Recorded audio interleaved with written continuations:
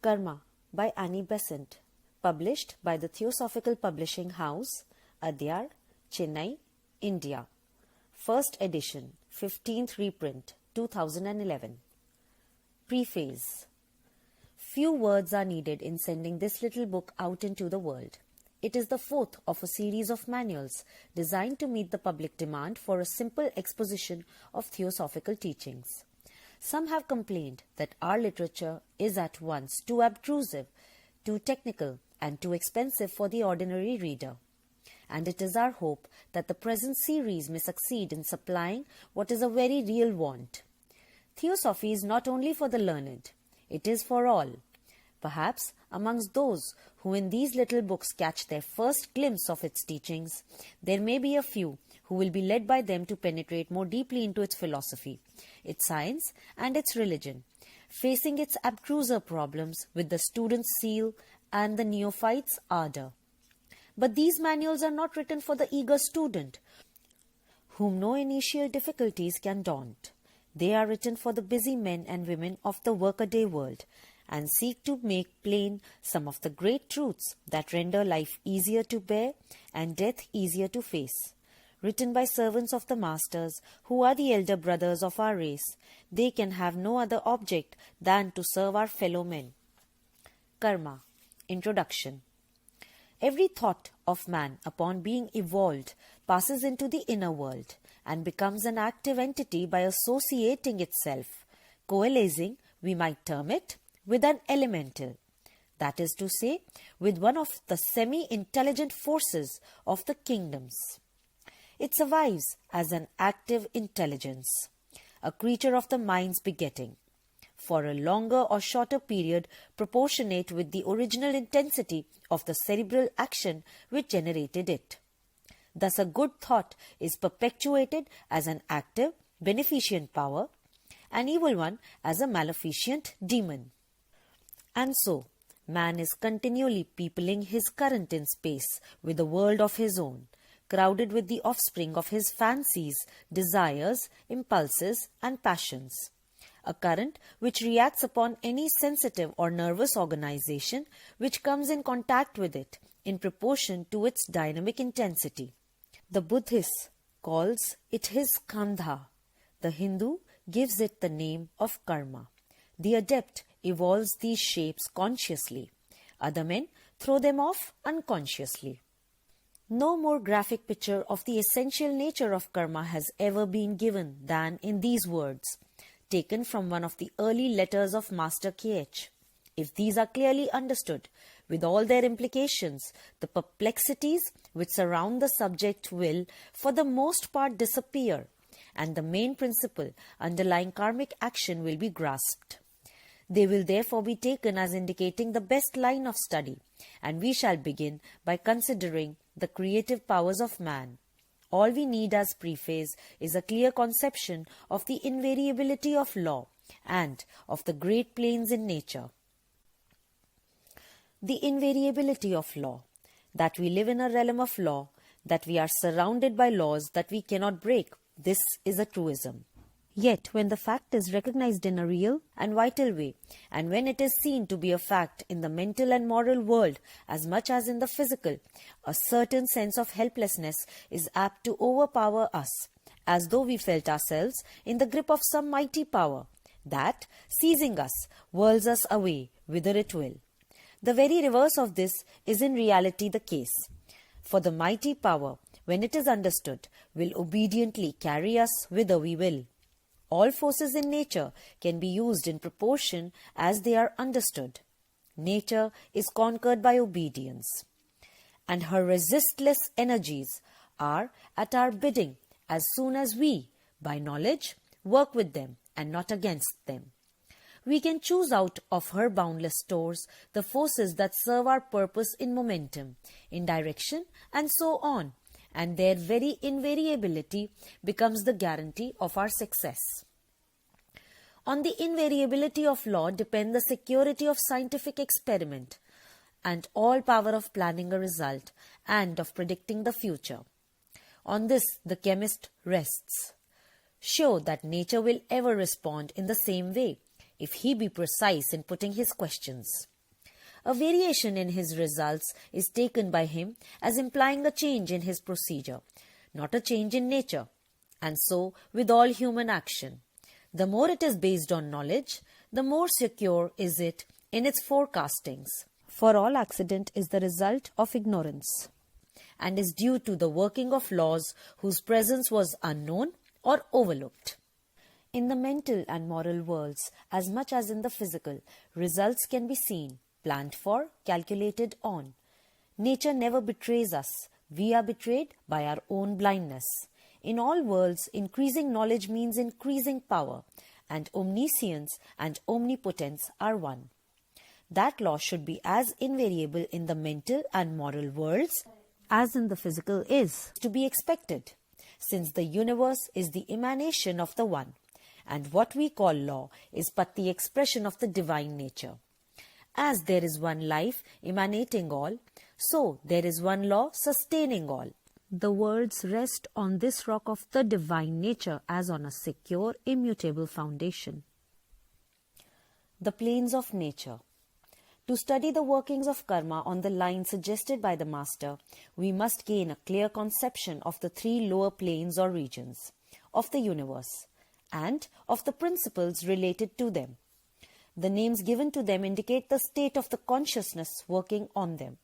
In this, a diagram may help us, showing the planes with the principles related to them and the vehicles in which a conscious entity may visit them. In practical occultism, the student learns to visit these planes and by his own investigations to transform theory into knowledge. The lowest vehicle, the gross body, serves the consciousness for its work on the physical plane. And in this, the consciousness is limited within the capacities of the brain. The term subtle body covers a variety of astral bodies, respectively suitable to the varying conditions of the very complicated region indicated by the name psychic plane. On the Devachanic plane, there are two well-defined levels, the form level and the formless level. On the lower, consciousness uses an artificial body, the Mayavi Rupa, but the term mind-body seems suitable as indicating that the matter of which it is composed belongs to the plane of Manas. On the formless level, the causal body must be used. Of the Buddhic plane, it is needless to speak. Now, the matter on these planes is not the same, and speaking generally, the matter of each plane is denser than that of the one above it. This is according to the analogy of nature, for evolution in its downward course is from rare to dense, from subtle to gross. Further, vast hierarchies of beings inhabit these planes, ranging from the lofty intelligences of the spiritual region to the lowest subconscious elementals of the physical world. On every plane, spirit and matter are conjoined in every particle having matter as its body, spirit as its life, and all independent aggregations of particles, all separated forms of every kind, of every type, are ensouled by these living beings, varying in their grade according to the grade of the form. No form exists which is not thus ensouled, but the informing entity may be the loftiest intelligence, the lowest elemental, or any of the countless hosts that range between. The entities with which we shall presently be concerned are chiefly those of the psychic plane, for these give to man his body of desire, Kama Rupa, his body of sensation, as it is often called, are indeed built into its astral matrix and vivify his astral senses. They are, to use the technical name, the form elementals, Rupa Devatas, of the animal world, and are the agents of the changes which transmute vibrations into sensations. The most salient characteristic of the karmic elementals is sensation, the power of not only answering to vibrations but of feeling them, and the psychic plane is crowded with these entities of varying degrees of consciousness who receive impacts of every kind and combine them into sensations. Any being who possesses then a body into which these elementals are built is capable of feeling, and the man feels through such a body.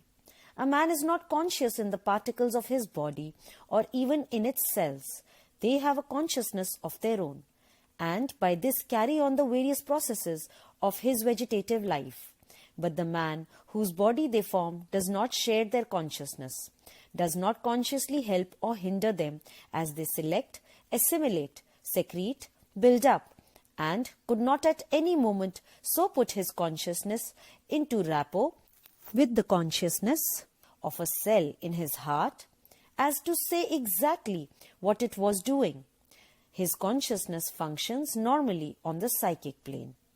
And even in the higher psychic regions where mind is working, it is mind intermingled with karma pure mind, not functioning on this astral plane.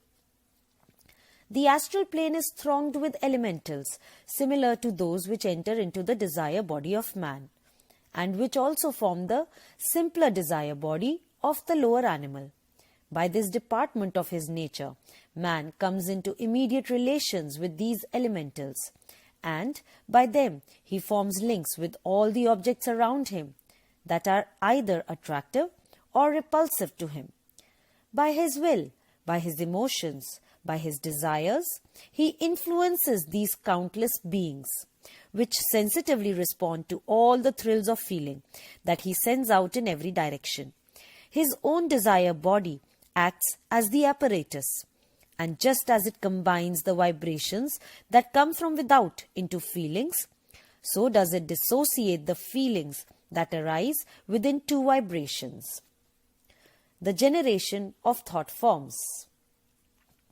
We are now in a position to more clearly understand the Master's words. The mind, working in its own region, in the subtler matter of the higher psychic plane, generates images, thought forms. Imagination has very accurately been called the creative faculty of the mind, and it is so in a more literal sense than many may suppose who use the phrase. This image-making capacity is the characteristic power of the mind, and a word is only a clumsy attempt to partially represent a mental picture. An idea, a mental image, is a complicated thing and needs perhaps a whole sentence to describe it accurately. So, a salient incident in it is seized, and the word naming this incident imperfectly represents the whole. We say triangle, and the word calls up in the hearer's mind a picture, which would need a long description if fully conveyed in words. We do our best thinking in symbols, and then laboriously and imperfectly summarize our symbols into words. In regions where mind speaks to mind, there is perfect expression, far beyond anything words may convey. Even in thought transference of a limited kind, it is not words that are sent, but ideas. A speaker puts into words such part of his mental pictures as he can, and these words call up in the hearer's mind pictures corresponding to those in the mind of the speaker. The mind deals with the pictures, the images, not with the words, and half the controversies and misunderstandings that arise come about because people attach different images to the same words, or use different words to represent the same images. A thought form, then, is a mental image created or molded by the mind out of the subtle matter of the higher psychic plane in which, as above said, it works. This form, composed of the rapidly vibrating atoms of the matter of that region, sets up vibrations all around it. These vibrations will give rise to sensations of sound and color. In any entities adapted to translate them thus, and as the thought form passes outward or sinks downward, whichever expression may be preferred to express the transition into the denser matter of the lower psychic regions, these vibrations thrill out as a singing color in every direction, and call to the thought form whence they proceed the elementals belonging to that color.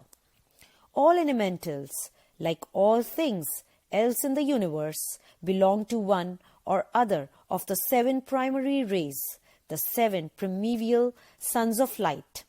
The white light breaks forth from the third logos, the manifested divine mind.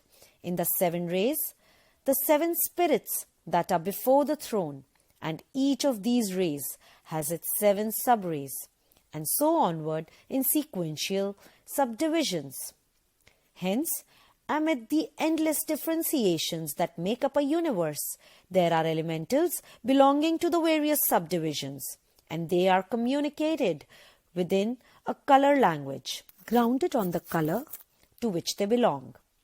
This is why the real knowledge of sounds and colors and numbers, number underlying both sound and color, has ever been so carefully guarded, for the will speaks to the elementals by these, and knowledge gives power to control. Master K.H. speaks very plainly on this color language. He says, "How could you make yourself understood?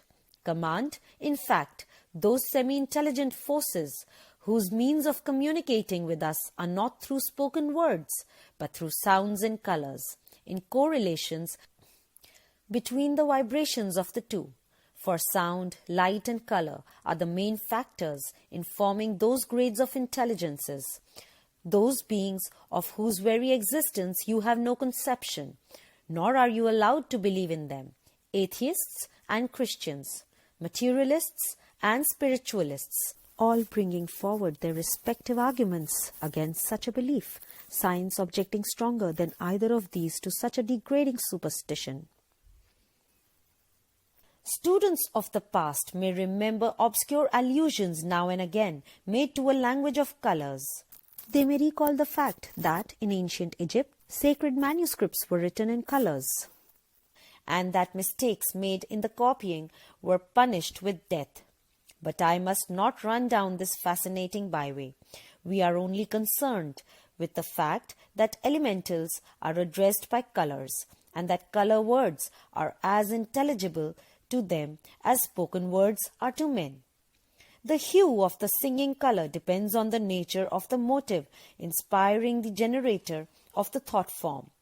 If the motive be pure, loving, beneficent in its character, the color produced will summon to the thought form an elemental, which will take on the characteristics impressed on the form by the motive, and act along the line thus traced. This elemental enters into the thought form, playing to it the part of a soul, and thus an independent entity is made in the astral world, an entity of a beneficent character. If the motive, on the other hand, be impure, revengeful, maleficent in its character, the color produced will summon to the thought form an elemental which will equally take on the characteristics impressed on the form by the motive and act along the line thus traced. In this case also the elemental enters into the thought form, playing to it the part of a soul, and thus making an independent entity in the astral world, an entity of a maleficent character. For example, an angry thought will cause a flash of red, the thought form vibrating so as to produce red. That flash of red is a summons to the elementals, and they sweep in the direction of the summoner, and one of them enters into the thought form, which gives it an independent activity of a destructive, disintegrating type. Men are continually talking in this color language quite unconsciously, and thus calling round them these swarms of elementals, who take up their abode in the various thought forms provided.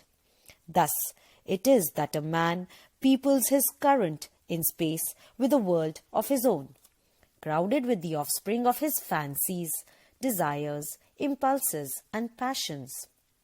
Angels and demons of our own creating throng round us on every side, makers of weal and woe to others, bringers of weal and woe to ourselves, verily, a karmic host. Clairvoyants can see flashes of color constantly changing in the aura that surrounds every person, each thought, each feeling, thus translating itself in the astral world, visible to the astral sight. Persons somewhat more developed than the ordinary clairvoyant can also see the thought forms, and can see the effects produced by the flashes of color among the hordes of elementals. Activity of thought forms. The life period of these ensouled thought forms depend first on their initial intensity, on the energy bestowed upon them by their human progenitor, and secondly, on the nutriment supplied to them after their generation, by the repetition of the thought either by him or by others. Their life may be continually reinforced by this repetition, and a thought which is brooded over, which forms the subject of repeated meditation, acquires great stability of form on the psychic plane. So again, thought forms of a similar character are attracted to each other and mutually strengthen each other, making a form of great energy and intensity, active in this astral world. Thought forms are connected with their progenitor by what, for want of a better phrase, we must call a magnetic tie. They react upon him, producing an impression which leads to their reproduction. And in the case mentioned above, where a thought form is reinforced by repetition, a very definite habit of thought may be set up. A mold may be formed into which thought will readily flow. Helpful if it be of a very lofty character, as a noble ideal, but for the most part cramping and a hindrance to mental growth. We may pause for a moment on this formation of habit, as it shows in miniature, in a very helpful way, the working of karma. Let us suppose we could take ready-made a mind with no past activity behind it. An impossible thing, of course, but the supposition will bring out the special point needed. Such a mind might be imagined to work with perfect freedom and spontaneity, and to produce a thought form. It proceeds to repeat this many times until a habit of thought is made, a definite habit, so that the mind will unconsciously slip into that thought. Its energies will flow into it without any consciously selective action of the will. Let us further suppose that the mind comes to disapprove this habit of thought and finds it a clog on its progress. Originally, due to the spontaneous action of the mind and facilitating the outpouring of mental energy by providing for it a ready-made channel, it has now become a limitation. But if it is to be got rid of, it can only be by the renewed spontaneous action of the mind, directed to the exhaustion and final destruction of this living fetter. Here we have a little ideal karmic cycle, rapidly run through. The free mind makes a habit and is then obliged to work within that limitation. But it retains its freedom within the limitation and can work against it from within till it wears it out. Of course, we never find ourselves initially free, for we come into the world encumbered with these fetters of our own past making. But the process as regards each separate fetter runs the above round. The mind forges it, wears it, and while wearing it, it can file it through. Thought forms may also be directed by their progenitor towards particular persons, whom may be helped or injured by them, according to the nature of the ensouling elemental. It is no mere poetic fancy that good wishes, prayers, and loving thoughts are of value to those to whom they are sent. They form a protective host encircling the beloved and ward off many an evil influence and danger. Not only does a man generate and send forth his own thought forms, but he also serves as a magnet to draw towards himself the thought forms of others from the astral plane around him, of the classes to which his own ensouled thought forms belong. He may thus attract to himself large reinforcements of energy from outside, and it lies within himself whether these forces that he draws into his own being from the external world shall be of a good or of an evil kind. If a man's thoughts are pure and noble, he will attract around him hosts of beneficent entities, and may sometimes wonder whence come to him the power for achievement that seems, and truly seems, to be so much beyond his own. Similarly, a man of foul and base thoughts attracts to himself hosts of maleficent entities, and by this added energy, for evil commits crimes that astonish him in the retrospect. Some devil must have tempted me, he will cry, and truly these demoniac forces, called to him by his own evil, add strength to it from without.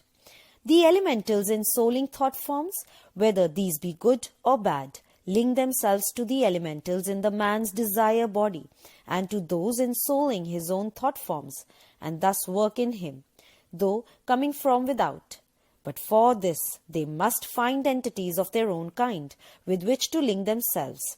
Else can they exercise no power, and further, elementals in an opposite kind of thought form will repel them, and the good man will drive back by his very atmosphere, his aura, all that is foul and cruel. It surrounds him as a protective wall and keeps evil away from him. There is another form of elemental activity that brings about widespread results and cannot therefore be excluded from this preliminary survey of the forces that go to make up karma, like those just dealt with.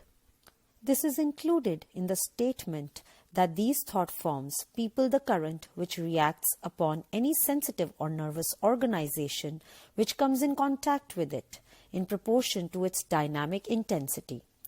To some extent, it must affect almost everyone, though the more sensitive the organization, the greater the effect.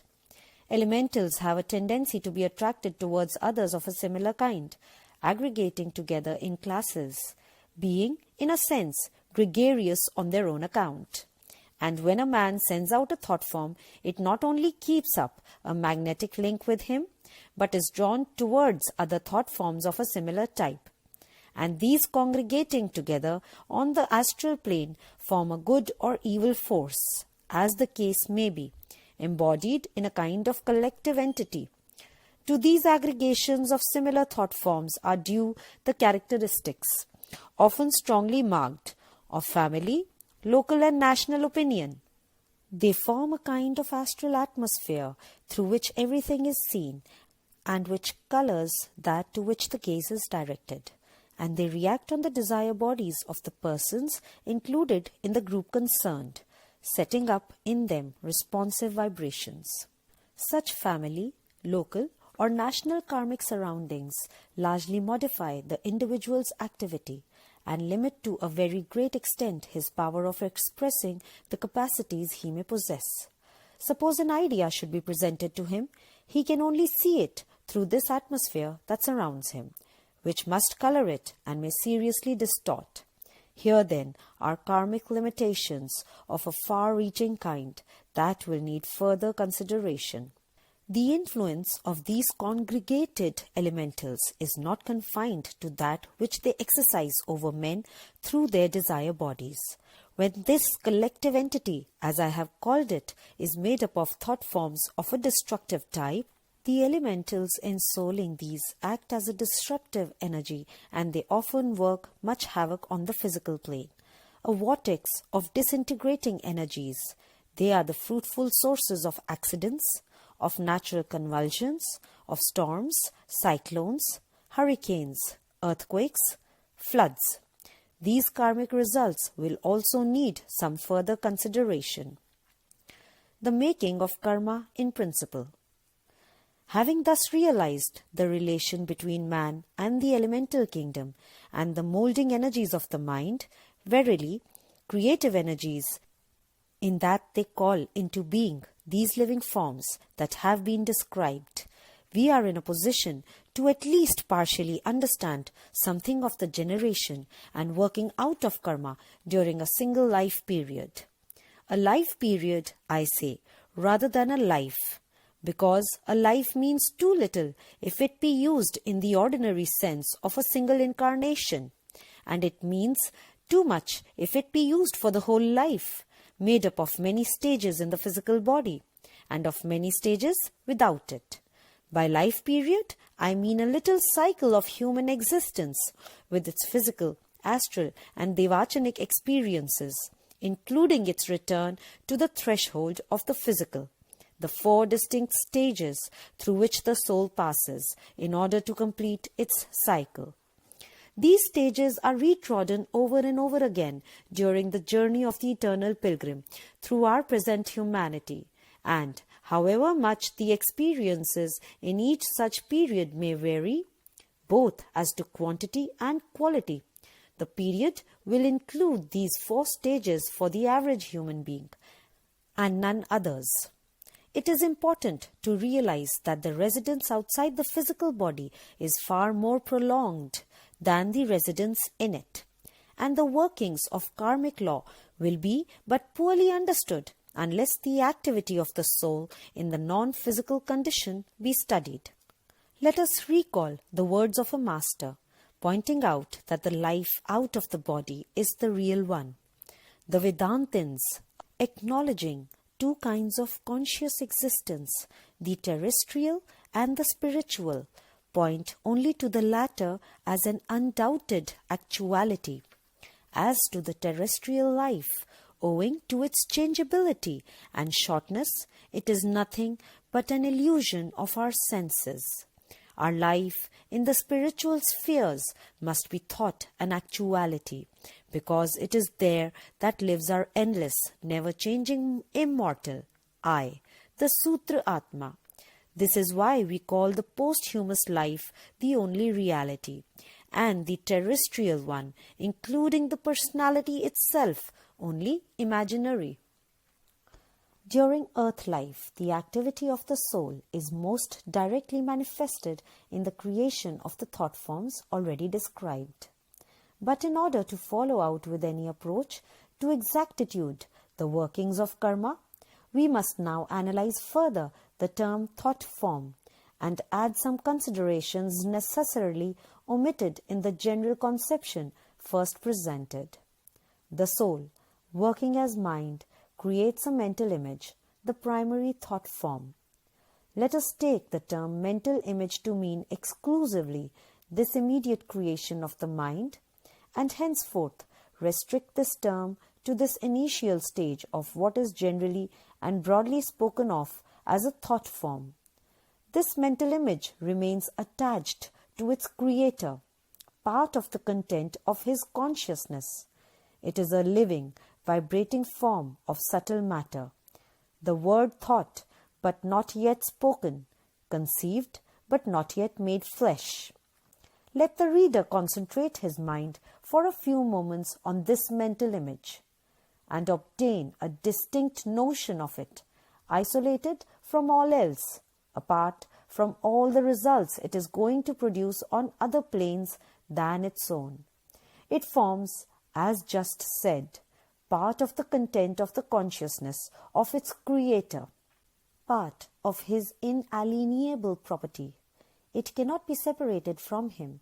He carries it with him during his earthly life, carries it with him through the gateway of death, carries it with him in the regions beyond death.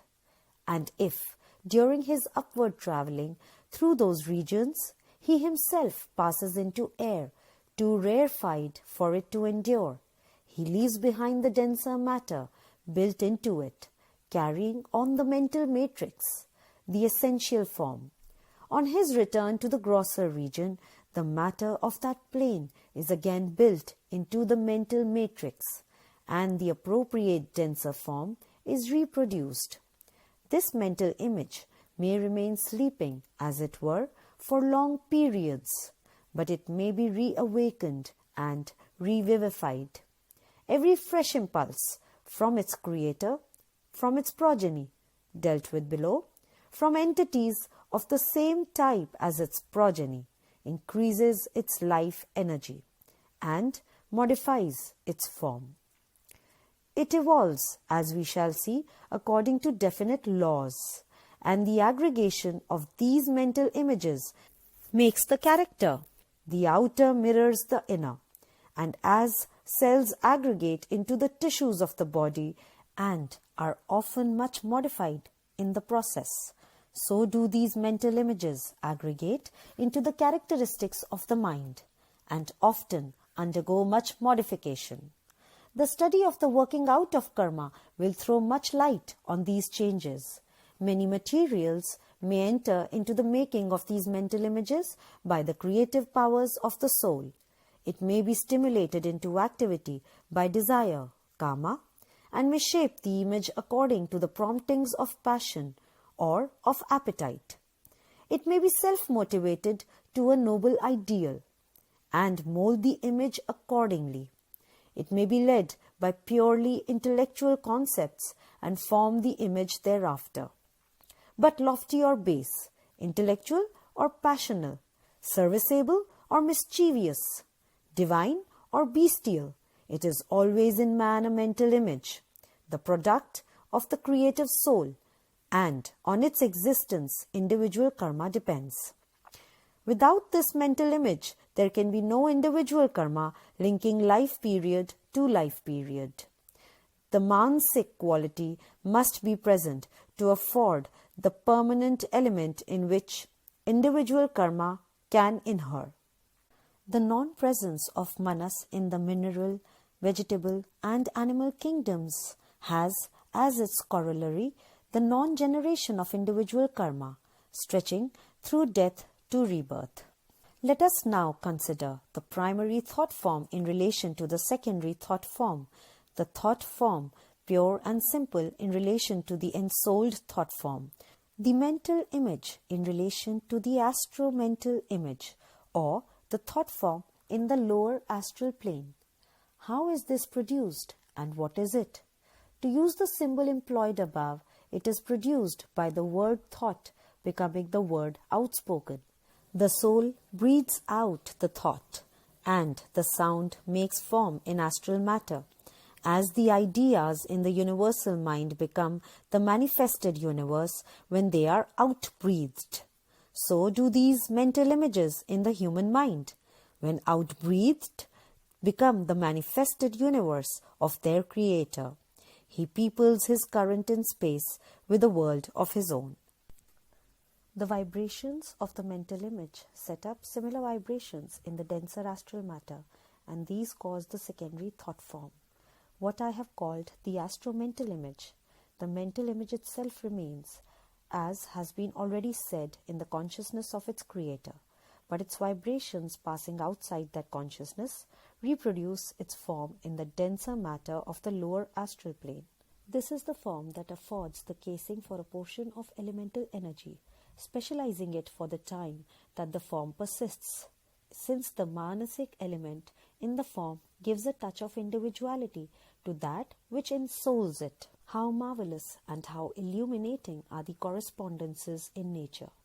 This is the active entity spoken of in the Master's description, and it is this astro-mental image that ranges over the astral plane, keeping up with its progenitor, the magnetic tie spoken of, reacting on its parent, the mental image, and acting also on others.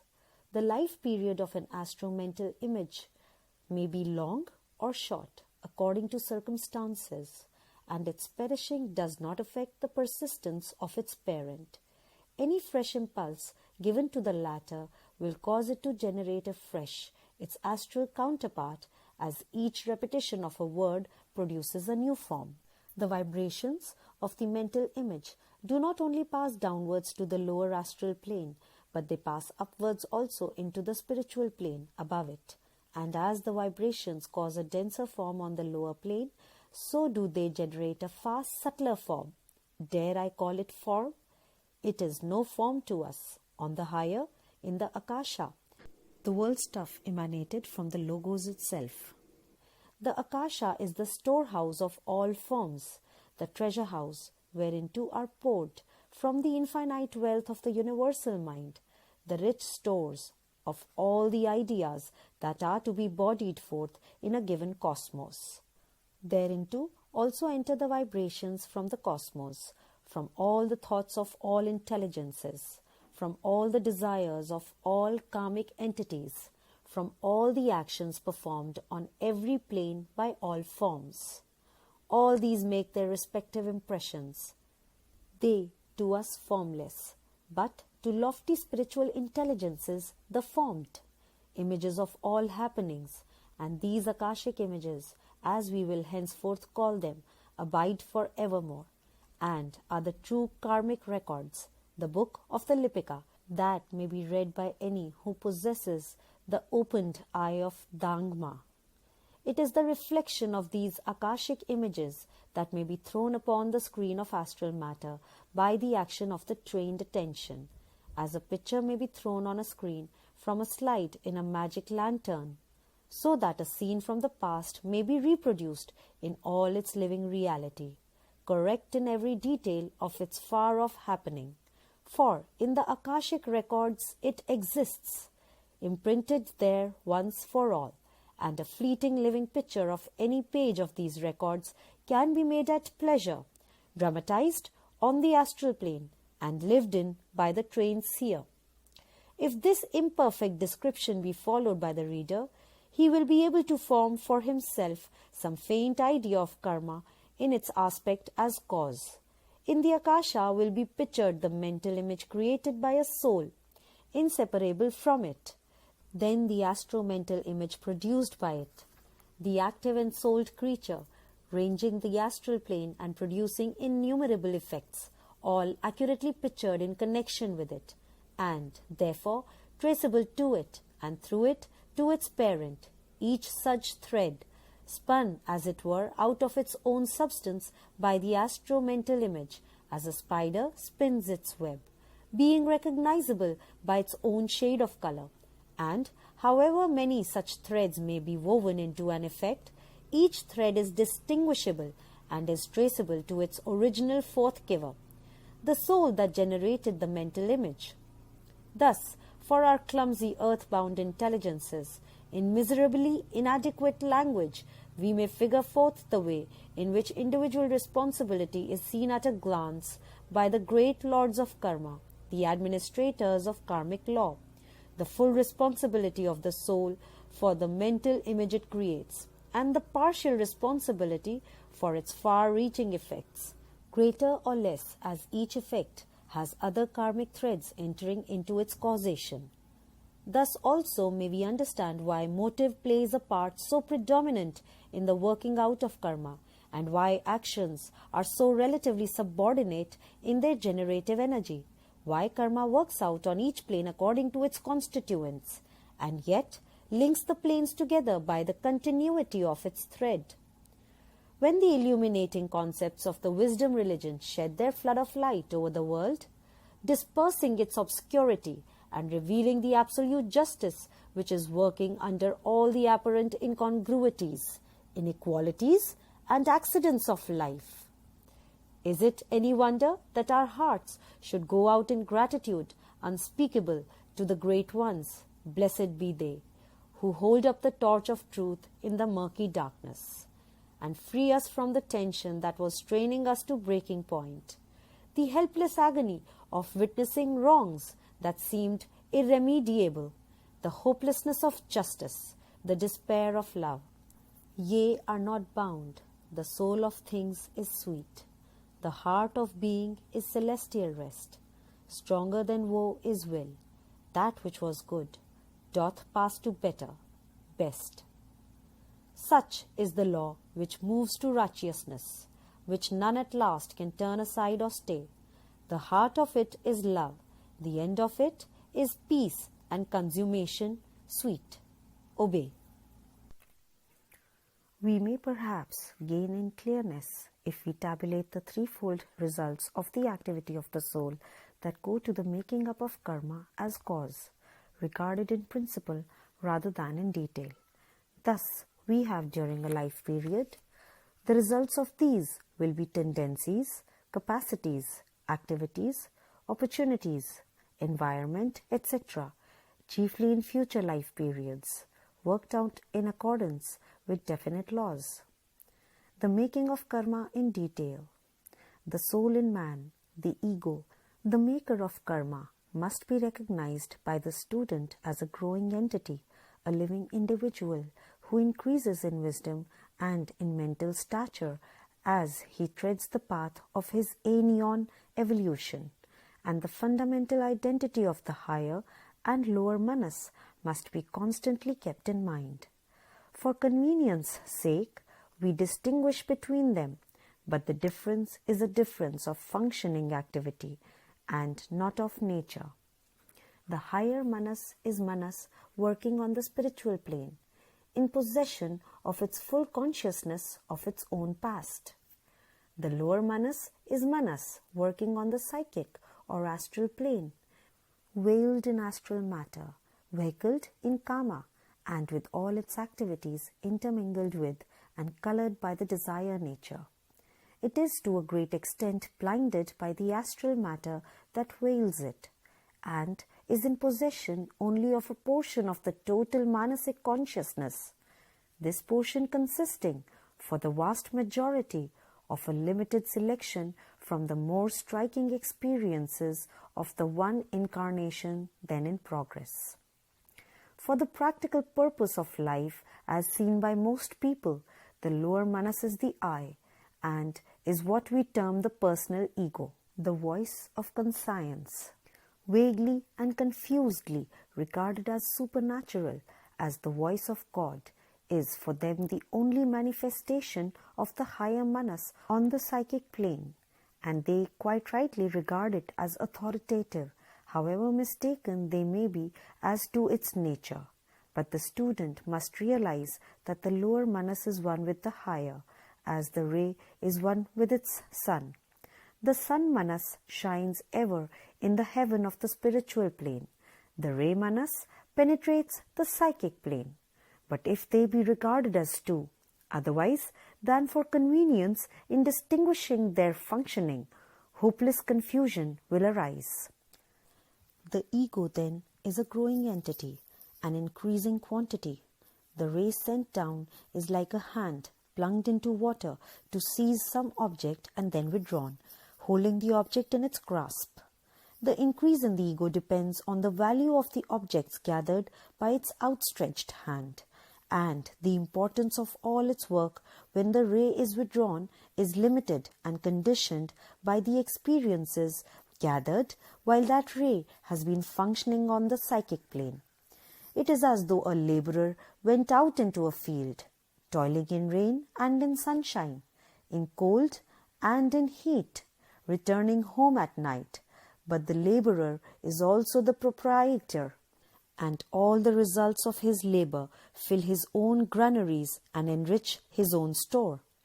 Each personal ego is the immediately effective part of the continuing or individual ego, representing it in the lower world, and necessarily more or less developed according to the stage at which the ego, as a totality or an individual, has arrived. If this be clearly understood, the sense of injustice to the personal ego in its succession to its karmic inheritance, often felt as a difficulty by the young student of Theosophy, will disappear. For it will be realized that the ego that made the karma reaps the karma.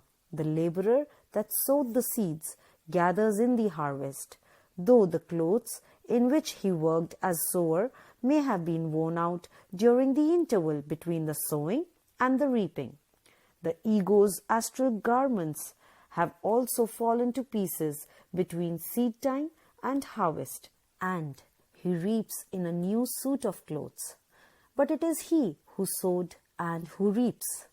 And if he sowed but little seed, or seed badly chosen, it is he who will find but a poor harvest when, as reaper, he goeth forth. In the early stages of the ego's growth, his progress will be extremely slow, for he will be led hither and thither by desire, following attractions on the physical plane.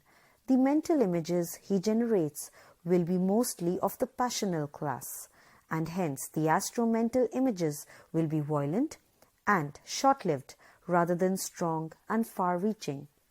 According as manasic elements enter into the composition of the mental image will be the endurance of the astro-mental. Steady, sustained thought will form clearly defined mental images, and correspondingly strong and enduring astro-mental images. And there will be a distinct purpose in the life, a clearly recognized ideal to which the mind is constantly recurring, and on which it continually dwells. this mental image will become a dominating influence in the mental life, and the energies of the soul will be largely directed by it. Let us now study the making of karma by way of the mental image. During a man's life, he forms an innumerable assemblage of mental images. Some are strong, clear, continually reinforced by repeated mental impulses. Others are weak, vague, just formed, and then, as it were, forsaken by the mind. At death, the soul finds itself possessed of myriads of these mental images, and they vary in character as well as in strength and definiteness. Some are of spiritual aspirations, longing to be of service, gropings after knowledge, vows of self-dedication to the higher life. Some are purely intellectual, clear gems of thought, receptacles of the results of deep study. Some are emotional and passional, breathing love, compassion, tenderness, devotion, anger, ambition, pride, greed. Some are from bodily appetites, stimulated by uncurbed desire, and represent thoughts of gluttony, drunkenness, sensuality. Each soul has its own consciousness, crowded with these mental images, the outcome of its mental life. Not one thought, however fleeting, but is there represented. The astro-mental images may in many cases long have perished, may have had strength enough to endure but for a few hours. But the mental images remain among the possessions of the soul. Not one is lacking. All these mental images the soul carries away with it when it passes through death into the astral world. The Kama Loka, or place of desire, is divided into many strata, as it were, and the soul, just after death, is encumbered with its complete body of desire, or Kamarupa, and all the mental images formed by Kama Manas that are of a gross and animal nature are powerful on the lowest levels of this astral world. A poorly developed soul will dwell on these images and act them out, thus preparing itself to repeat them again physically in its next life.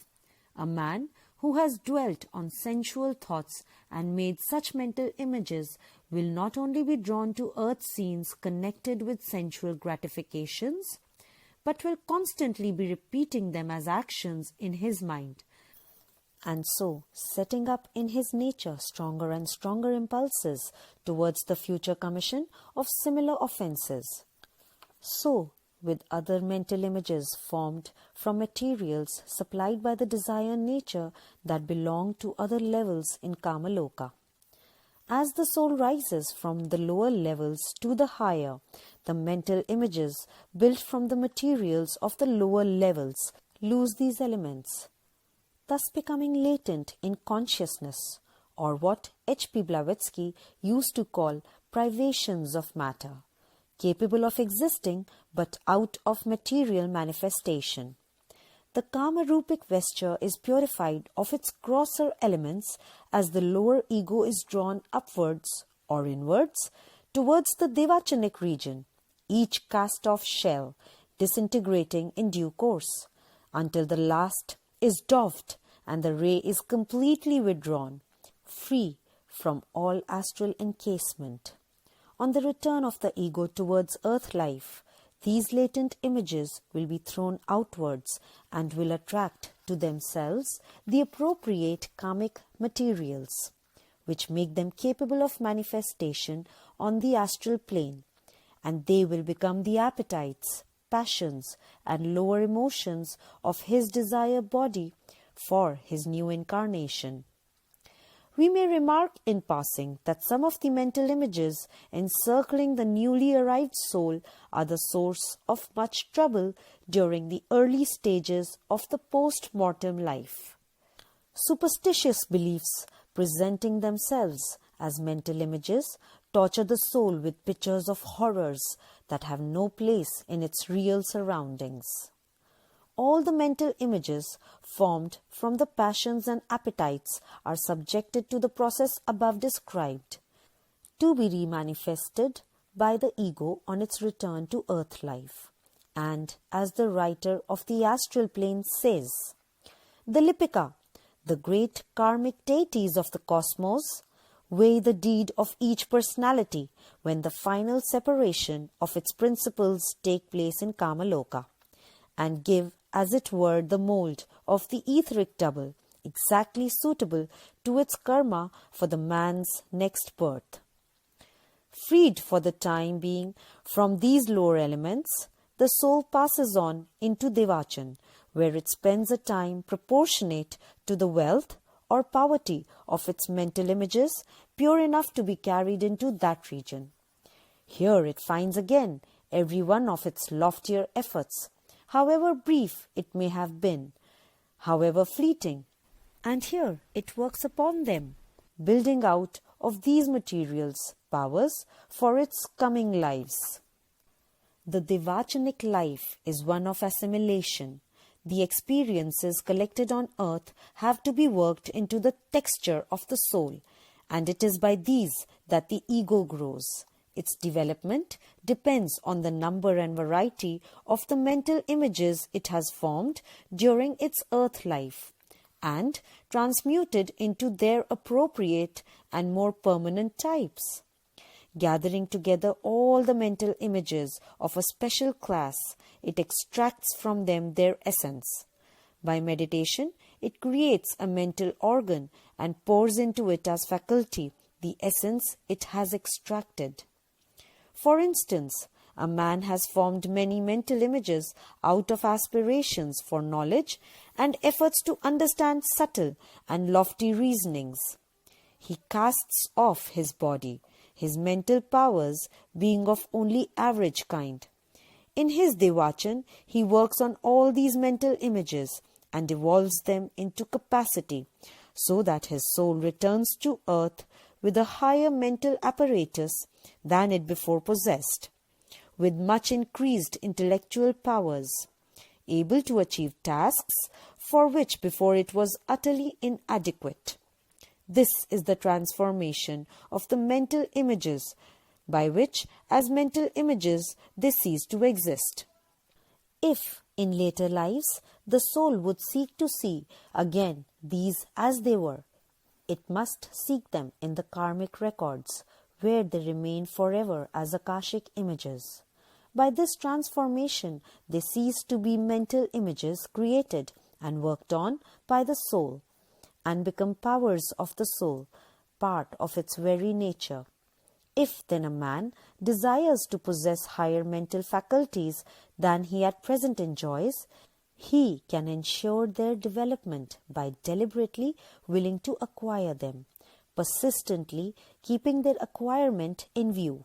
For desire and aspiration in one life become faculty in another, and the will to perform becomes the capacity to achieve. But it must be remembered that the faculty thus built is strictly limited by the materials supplied to the architect. There is no creation out of nothing. And if the soul on earth fail to exercise its powers by sowing the seed of aspiration and desire, the soul in Devachan will have but scanty harvest. Mental images which have been constantly repeated but are not of the aspiring character, of the longing to achieve more than the feeble powers of the soul permit, become tendencies of thought, grooves into which mental energy runs easily and readily. Hence the importance of not letting the mind drift aimlessly among insignificant objects, idly creating trivial mental images, and letting them dwell in the mind. These will persist and form channels for future outpourings of mental force, which will thus be led to meander about on low levels, running into the accustomed grooves as the paths of least resistance. The will or desire to perform a certain action, such will or desire having been frustrated not by want of ability but by want of opportunity, or by circumstances forbidding accomplishment, will cause mental images which, if the action be of a high and pure nature, will be acted out in thought on the Devachanic plane, and will be precipitated as actions on returning to earth. If the mental image was formed out of desire to do beneficent actions, it would give rise to the mental performance of these actions in Devachan, and this performance, the reflection of the image itself, would leave it in the ego as an intensified mental image of an action, which would be thrown out onto the physical plane as a physical act, the moment the touch of favorable opportunity precipitated this crystallization of the thought into the act. The physical act is inevitable when the mental image has been realized as action on the Devachanic plane. This same law applies to mental images formed out of baser desires. Though these never pass into Devachan, but are subjected to the process before described, to be reformed on the way back to earth.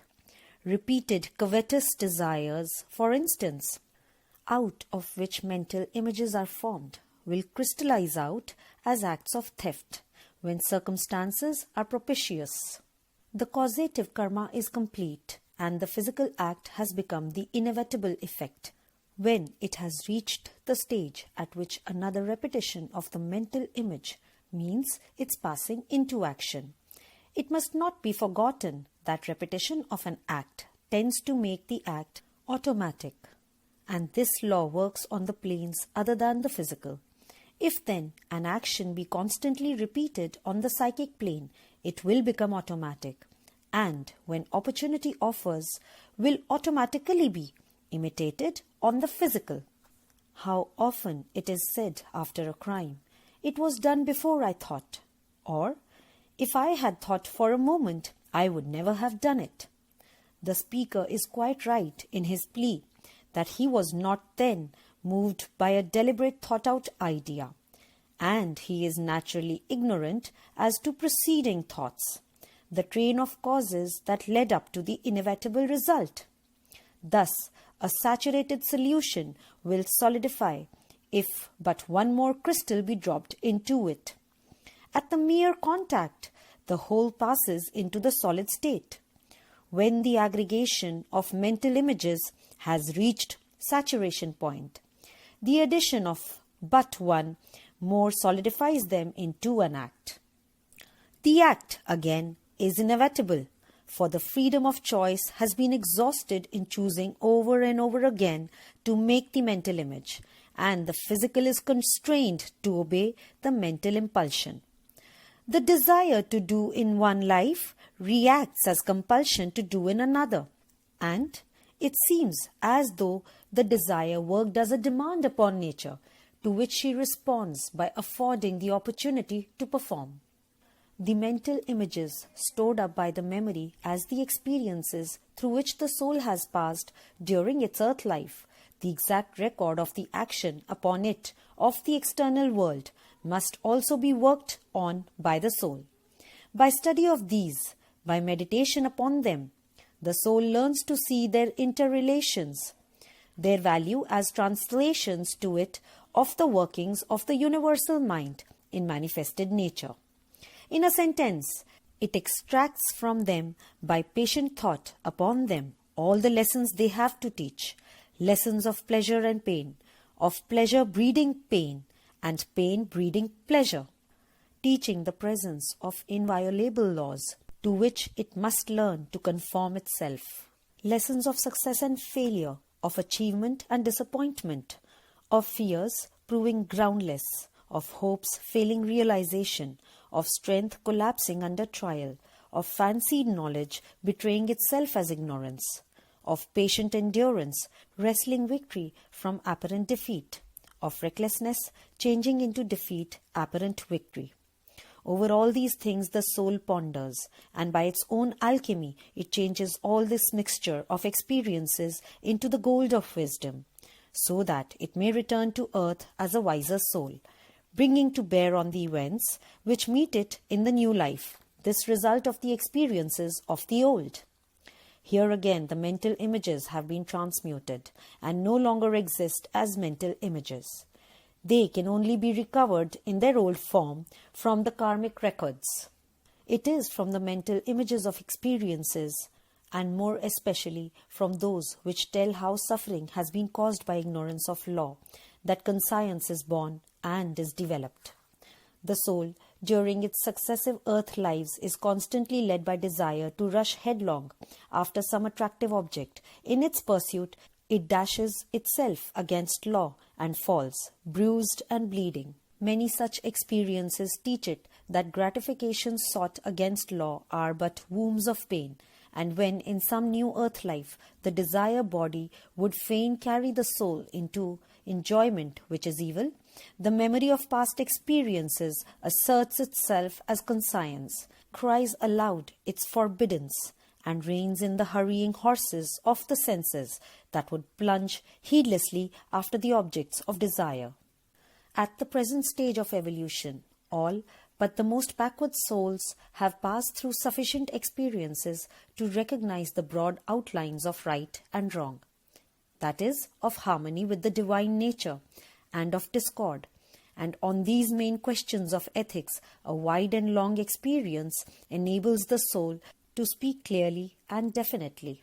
But on many higher and subtler questions belonging to the present stage of evolution, and not to the stages that lie behind us, experience is still so restricted and insufficient that it has not yet been worked up into conscience, and the soul may err in its decision, however well intentioned its effort to see clearly and to act rightly. Here, its will to obey sets it in line with the divine nature on the higher planes, and its failure to see how to obey on the lower planes will be remedied for the future by the pain it feels as it blunders up against the law. The suffering will teach it what before it knew not, and its sorrowful experiences will be worked into conscience to preserve it from similar pain in the future, to give it the joy of fuller knowledge of God in nature, of self-conscious accord with the law of life, of self-conscious cooperation in the work of evolution. Thus far, we see as definite principles of karmic law working with mental images as causes that aspirations and desires become capacities, repeated thoughts become tendencies, wills to perform become actions, experiences become wisdom, painful experiences become conscience. Karmic law working with astromental images seems better considered under the head of the working out of karma, to which we will now turn. The working out of karma. When the soul has lived out its devachanic life and has assimilated all that it can of the material gathered during its last period on earth, it begins to be drawn again towards earth by the links of desire that bind it to material existence. The last stage of its life period now lies before it, the stage during which it reclothes itself for another experience of earthly life, the stage that is closed by the gateway of birth. The soul steps over the threshold of Devachan into what has been called the plane of reincarnation, bringing with it the results, small or great, of its Devachanic work. If it be but a young soul, it will have gained but little. Progress in the early stages of soul evolution is slow to an extent scarcely realized by most students. And during the babyhood of the soul, life day succeeds life day in varying succession, each earth life sowing but little seed, each Devachan ripening but little fruit. As faculties develop, growth quickens at an ever-increasing rate, and the soul that enters Devachan with a large store of material comes out of it with a large increase of faculty, worked out under the general laws before stated.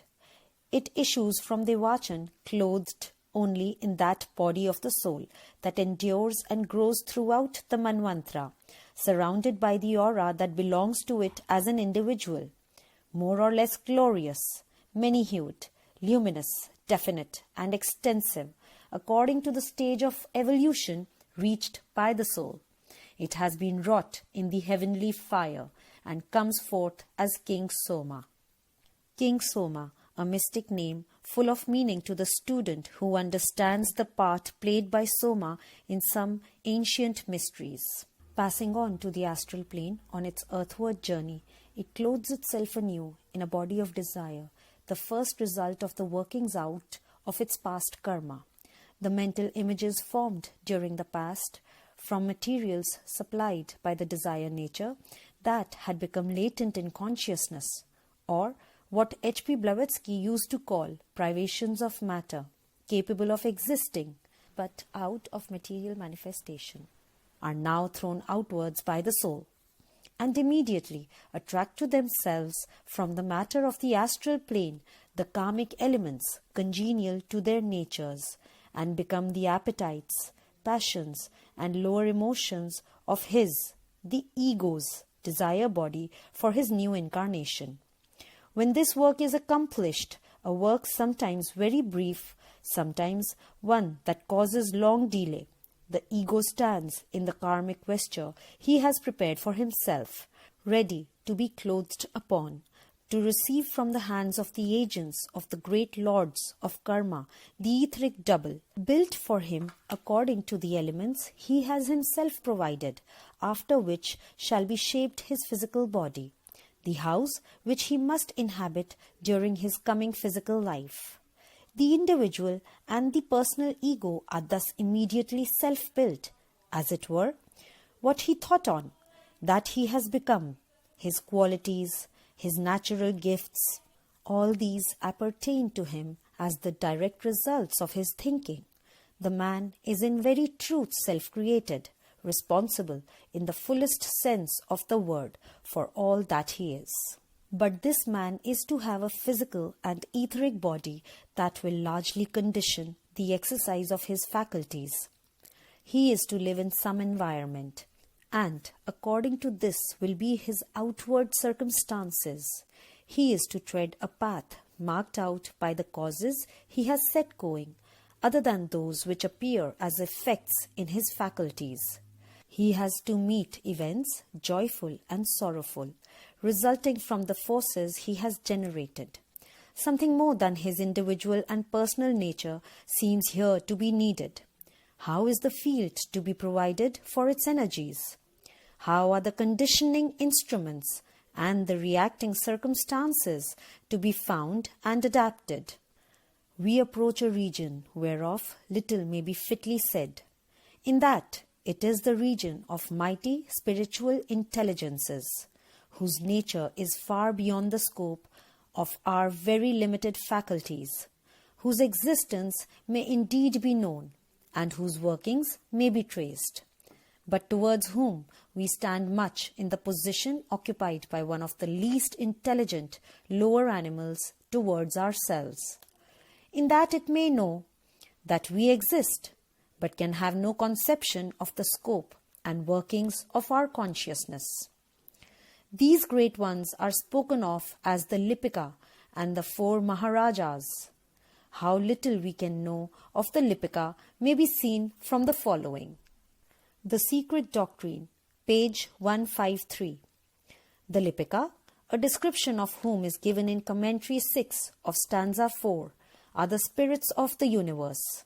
They belong to the most occult portion of cosmogenesis, which cannot be given here.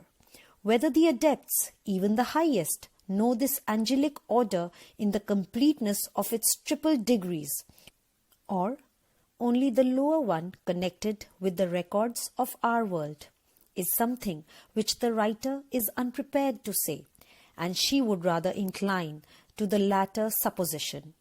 Of its highest grade, one thing only is taught. The Lipika are connected with karma, being its direct recorders. The Secret Doctrine, page 153. They are the second 7, and they keep the astral records, filled with the Akashic images before spoken of. They are connected with the destiny of every man and the birth of every child.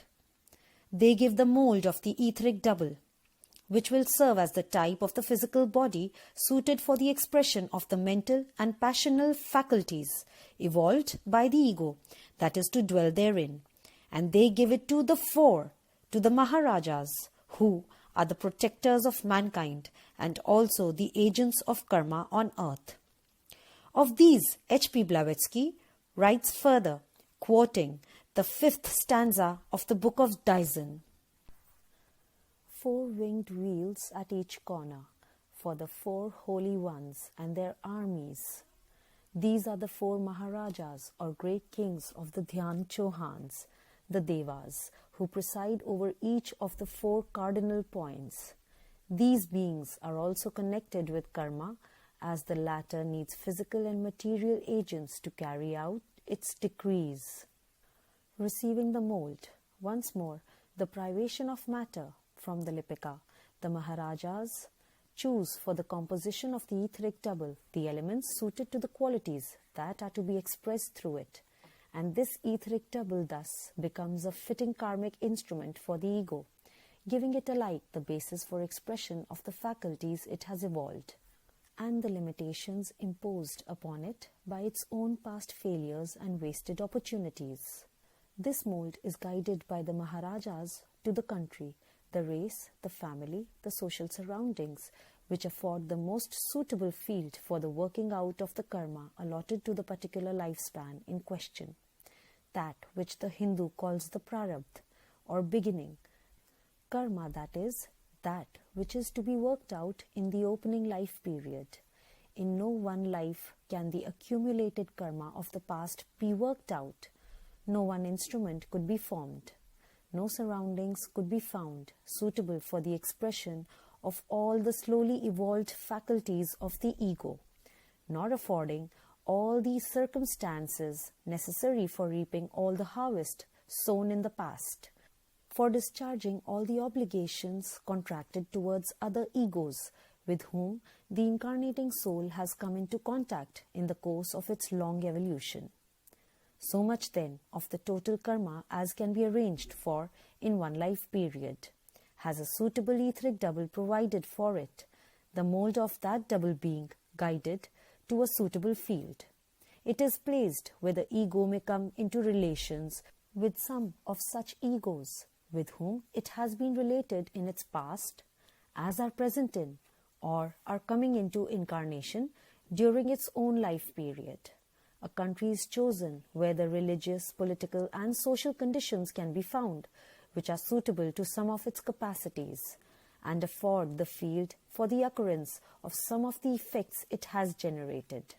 A race is selected, subject of course to the wider laws affecting incarnation in races, into which we cannot here enter, of which the characteristics resemble some of the faculties which are ripe for exercise, of which the type befits the incoming soul. A family is found in which physical heredity has evolved the kind of physical materials which, built into the etheric double, will adapt themselves to its constitution. A family of which the general or special physical organization will afford play to the mental and passional natures of the ego. Out of the manifold qualities existing in the soul, and out of the manifold physical types existing in the world, such can be selected as are adapted to each other. A suitable casing can be built for the waiting ego, an instrument and a field in which some of his karma can be outworked. Fathomless to our short plummet lines, as may be the knowledge and the power required for such adaptations, we can yet dimly see that the adaptations can be made, and that perfect justice can be done. The web of a man's destiny may indeed be composed of threads that to us are innumerable, and that may need to be woven into a pattern of to us inconceivable complexity.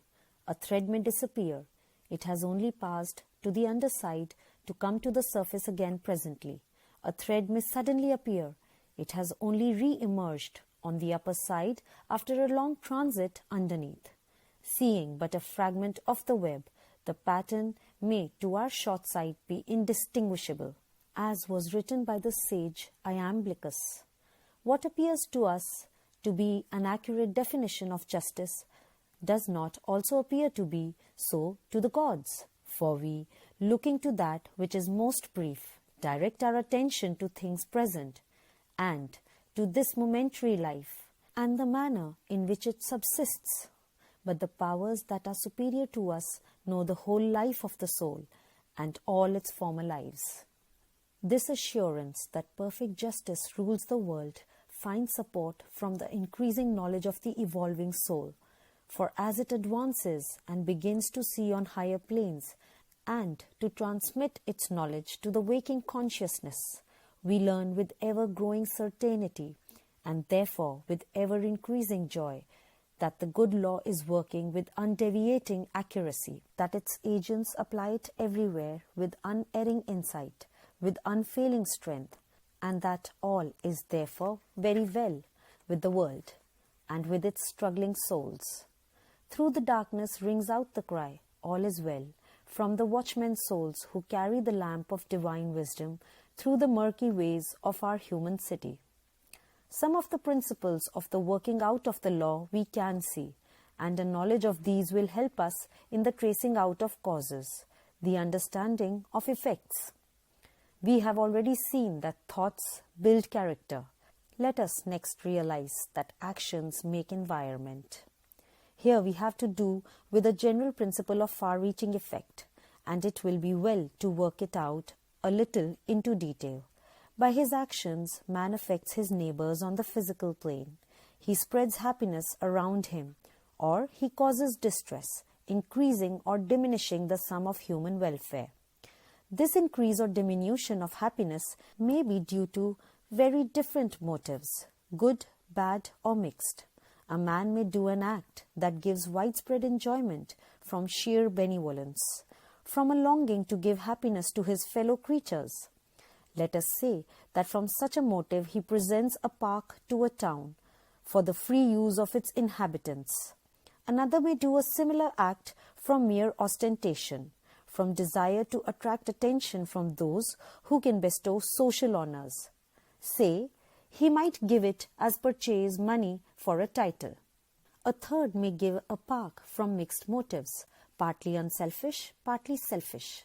The motives will severely affect these three men's characters in their future incarnations, for improvement, for degradation, for small results. But the effect of the action in causing happiness to large numbers of people does not depend on the motive of the giver. The people enjoy the park equally, no matter what may have prompted its gift, and this enjoyment, due to the action of the giver, establishes for him a karmic claim on nature, a debt due to him that will be scrupulously paid. He will receive a physically comfortable or luxurious environment, as he has given widespread physical enjoyment, and his sacrifice of physical wealth will bring him his due reward, the karmic fruit of his action. This is his right, but the use he makes of his position, the happiness he derives from his wealth and his surroundings, will depend chiefly on his character. And here again, the just reward accrues to him, each seed bearing its appropriate harvest. Service rendered to the full measure of opportunity in one life will produce as effect enlarged opportunities of service in another. Thus, one who in a very limited sphere helped each who came in the way would in a future life be born into a position where openings for giving effective help were many and far-reaching. Again, wasted opportunities reappear transmuted as limitations of the instrument and as misfortunes in the environment. For instance, the brain of the etheric double will be built defectively, thus bringing about a defective physical brain. The ego will plan, but will find itself lacking in executive ability, or will grasp an idea, but be unable to express it distinctly on the brain. The wasted opportunities are transformed into frustrated longings, into desires which fail to find expression, into yearnings to help, blocked by the absence of power to render it, whether from defective capacity or from lack of occasion. This same principle is often at work in the cutting away from tender care of some well-loved child or idolized youth. If an ego treats unkindly or neglects one to whom he owes affectionate duty and protection or service of any kind, he will but too likely again find himself born in close relationship with the neglected one, and perhaps tenderly attached to him, only for early death to snatch him away from the encircling arms. The despised poor relation may reappear as the much-honored heir, the only son, and when the parents find their house left unto them desolate, they marvel at the unequal ways of Providence that deprive them of their only one, on whom all their hopes have been set, and leave untouched the many children of their neighbor. Yet are the ways of karma equal, though past finding out, save for those whose eyes have been opened. Congenital defects result from a defective etheric double and are lifelong penalties for serious rebellions against law or for injuries inflicted upon others. All such arise from the working of the lords of karma and are the physical manifestation of the deformities necessitated by the errors of the ego, by his excesses and defects in the mold of the etheric double made by them. So again, from their just administration of the law come the inwrought tendency to reproduce a family disease, the suitable configuration of the etheric double, and the direction of it to a family in which a given disease is hereditary, and which affords the continuous plasm suitable to the development of the appropriate germs.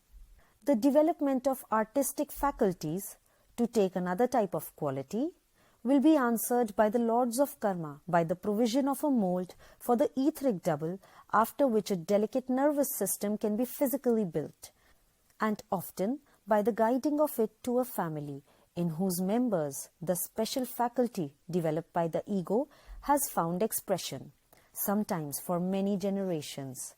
For the expression of such a faculty as that of music, for instance, a peculiar physical body is needed, a delicacy of physical ear and of physical touch, and to such delicacy an appropriate physical heredity would be most conducive.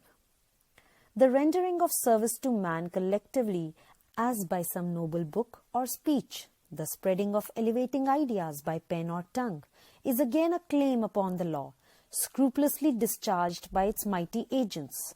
Such help given comes back as help bestowed on the giver, as mental and spiritual assistance, which is his by right. We thus may grasp the broad principles of karmic working, the respective parts played by the lords of karma. The ego supplies all the materials, but the materials are used by the lords or by the ego respectively according to their nature. The latter builds up the character, gradually evolves itself. The former build the mold that limits, choose the environment, and generally adapt and adjust, in order that the good law may find its unerring expression despite the clashing wills of men. Facing karmic results. Sometimes people feel, on first recognizing the existence of karma, that if all be the working out of law, they are but helpless slaves of destiny. Before considering how the law may be utilized for the control of destiny, let us study for a few moments a typical case and see how necessity and free will, to use the accepted terms, are both at work and at work in harmony. A man comes into the world with certain inborn mental faculties, let us say of an average type, with a passional nature that shows definite characteristics, some good, some bad, with an etheric double and physical body fairly well formed and healthy, but of no specially splendid character. These are his limitations, clearly marked out for him, and he finds himself, when he reaches manhood, with this mental, passional, astral, physical stock in hand, and he has to do the best he can with it. There are many mental heights that he is definitely unable to climb, mental conceptions which his powers do not permit him to grasp.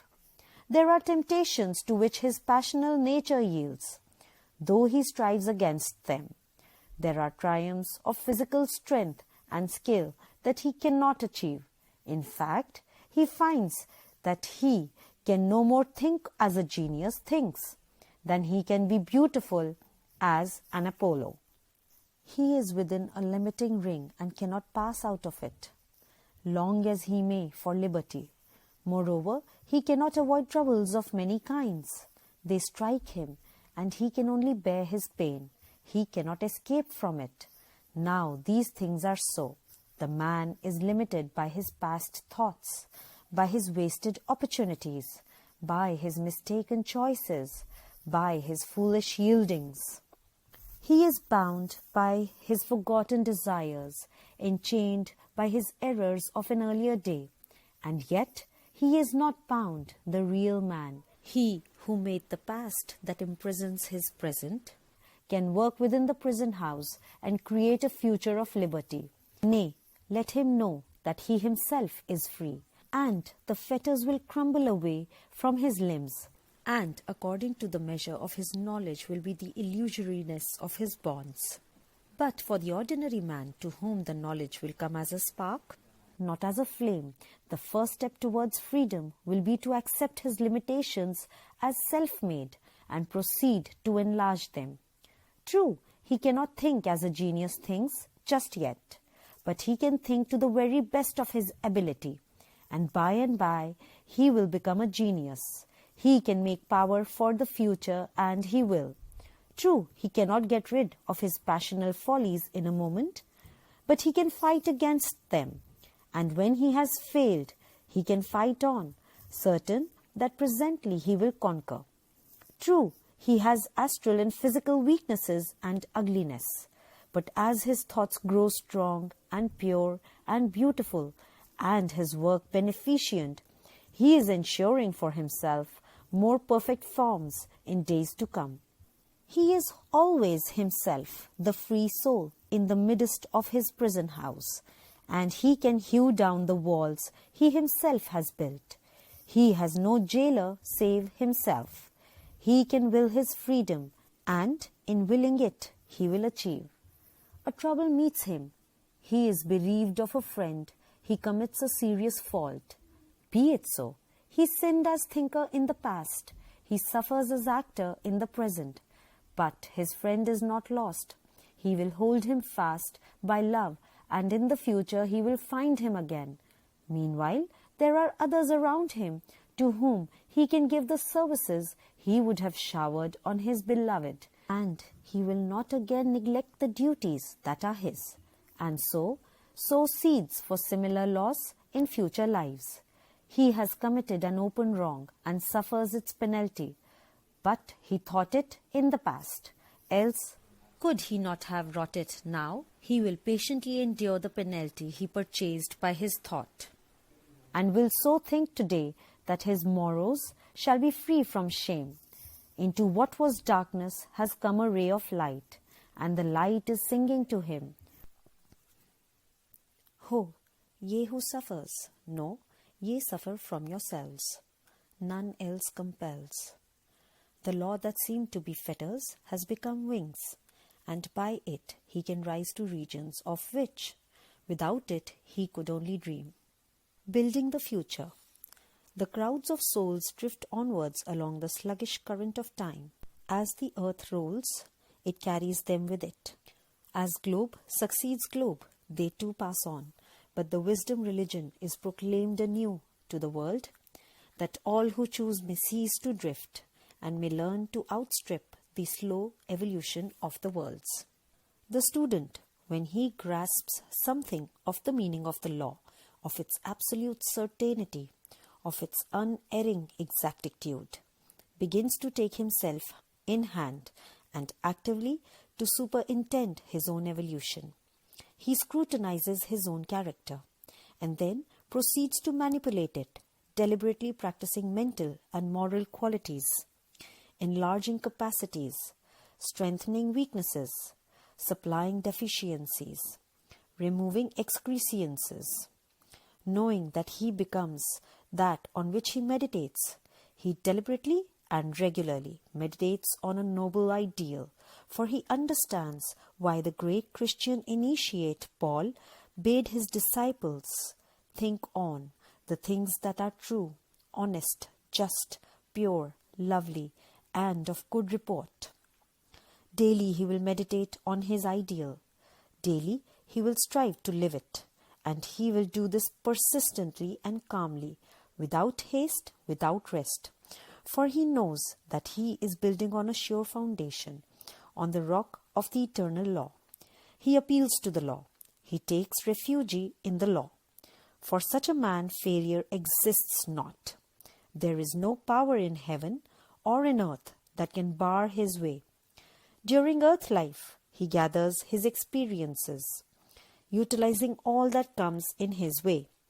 During Devachan, he assimilates them and plans out his future buildings. Herein lies the value of a true theory of life, even while the theory rests on the testimony of others and not on individual knowledge. When a man accepts and partially understands the working of karma, he can at once begin this building of character, setting each stone with deliberate care, knowing that he is building for eternity. There is no longer hasty running up and pulling down, working on one plan today, on another tomorrow, on none at all the day after. But there is a drafting of a well thought out scheme of character, as it were, and then the building according to the scheme, for the soul becomes an architect as well as a builder, and wastes no more time in abortive beginnings. Hence the speed with which the later stages of evolution are accomplished, the striking, almost incredible advances made by the strong soul in its manhood. Molding karma. The man who has set himself deliberately to build the future will realize, as his knowledge increases, that he can do more than mold his own character, thus making his future destiny. He begins to understand that he is at the center of things in a very real sense, a living, active, self-determining being, and that he can act upon circumstances as well as upon himself. He has long been accustoming himself to follow the great ethical laws laid down for the guidance of humanity by the divine teachers who have been born from age to age. And he now grasps the fact that these laws are based on fundamental principles in nature, and that morality is science applied to conduct. He sees that in his daily life he can neutralize the ill results that would follow from some ill deed by bringing to bear upon the same point a corresponding force for good. A man sends against him an evil thought. He might meet it with another of its own kind, and then the two thought forms, running together like two drops of water, would be reinforced, strengthened, each by each. But this one against whom the evil thought is flying is a knower of karma, and he meets the malignant form with the force of compassion and shatters it. The broken form can no longer be ensouled with elemental life. The life melts back to its own. The form disintegrates. Its power for evil is thus destroyed by compassion, and hatred ceases by love. Delusive forms of falsehood go forth into the astral world. The man of knowledge sends against them forms of truth. Purity breaks up foulness, and charity, selfish greed. As knowledge increases, this action becomes direct and purposive. The thought is aimed with definite intent, winged with potent will. Thus, evil karma is checked in its very inception, and naught is left to make a karmic tie between the one who shot a shaft of injury and the one who burnt it up by pardon. The divine teachers who spoke as men having authority on the duty of overcoming evil with good based their precepts on their knowledge of the law. Their followers who obey without fully seeing the scientific foundation of the precept lessen the heavy karma that would be generated if they answered hate with hate. But men of knowledge deliberately destroy the evil forms, understanding the facts on which the teaching of the masters has ever been based, and sterilizing the seed of evil, they prevent a future harvest of pain. At a stage which is comparatively advanced in comparison with that of the slowly drifting average humanity, a man will not only build his own character and work with deliberate intent on the thought forms that come in his way, but he will begin to see the past and thus more accurately to gauge the present, tracing karmic causes onwards to their effects. He becomes able to modify the future by consciously setting forces to work, designed to interact with others already in motion. Knowledge enables him to utilize law with the same certainty with which scientists utilize it in every department of nature. Let us pause for a moment to consider the laws of motion. A body has been set in motion and is moving along a definite line.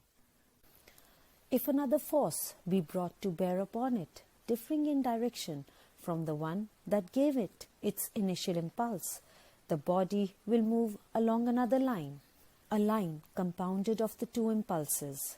No energy will be lost, but part of the force which gave the initial impulse will be used up in partially counteracting the new, and the resultant direction along which the body will move will be that neither of the first force nor of the second, but of the interplay of the two. A physicist can calculate exactly at what angle he must strike a moving body in order to cause it to move in a desired direction. And although the body itself may be beyond his immediate reach, he can send after it a force of calculated velocity to strike it at a definite angle, thus deflecting it from its previous course and impelling it along a new line. In this, there is no violation of law, no interference with law, only the utilization of law by knowledge, the bending of natural forces to accomplish the purpose of the human will. If we apply this principle to the molding of karma, we shall readily see, apart from the fact that law is inviolable, that there is no interference with karma when we modify its action by knowledge. We are using karmic force to affect karmic results, and once more we conquer nature by obedience. Let us now suppose that the advanced student, glancing backwards over the past, sees lines of past karma converging to a point of action of an undesirable kind. He can introduce a new force among the converging energies, and so modify the event, which must be the resultant of all the forces concerned in its generation and ripening. For such action he requires knowledge, not only the power to see the past and to trace the lines which connect it with the present, but also to calculate exactly the influence that the force he introduces will exercise as modifying the resultant, and further the effects that will flow from this resultant considered as cause. In this way, he may lessen or destroy the results of evil wrought by himself in the past. By the good forces he pours forth into his karmic stream, he cannot undo the past, he cannot destroy it, but so far as its effects are still in the future, he can modify them or reverse them by the new forces he brings to bear as causes, taking part in their production. In all this, he is merely utilizing the law, and he works with the certainty of the scientist who balances one force against another and, unable to destroy a unit of energy, can yet make a body move as he will by a calculation of angles and of movements. Similarly, karma may be accelerated or delayed, and thus again will undergo modification by the action of the surroundings amid which it is worked out. Let us put the same thing again a little differently, for the conception is an important and a fruitful one. As knowledge grows, it becomes easier and easier to get rid of the karma of the past, inasmuch as causes which are working out to their accomplishment all come within the sight of the soul which is approaching its liberation. As it looks back over past lives, as it glances down the vista of centuries along which it has been slowly climbing. It is able to see there the way in which its bonds were made, the causes which it set in motion. It is able to see how many of those causes have worked themselves out and are exhausted, how many of those causes are still working themselves out. It is able not only to look backwards, but also to look forwards and see the effects these causes will produce, so that, glancing in front, the effects that will be produced are seen, and glancing behind, the causes that will bring about these effects are also visible.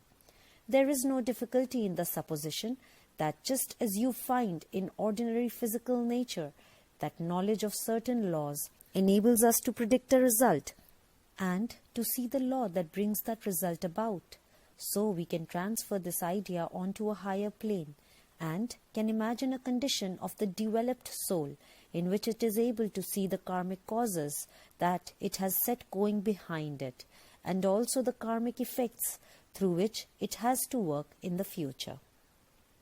With such a knowledge of causes and a vision of their working out, it is possible to introduce fresh causes to neutralize these effects, and by utilizing the law, and by relying absolutely on its unchanging and unvarying character, and by a careful calculation of the force set going, to make the effects in the future those which we desire.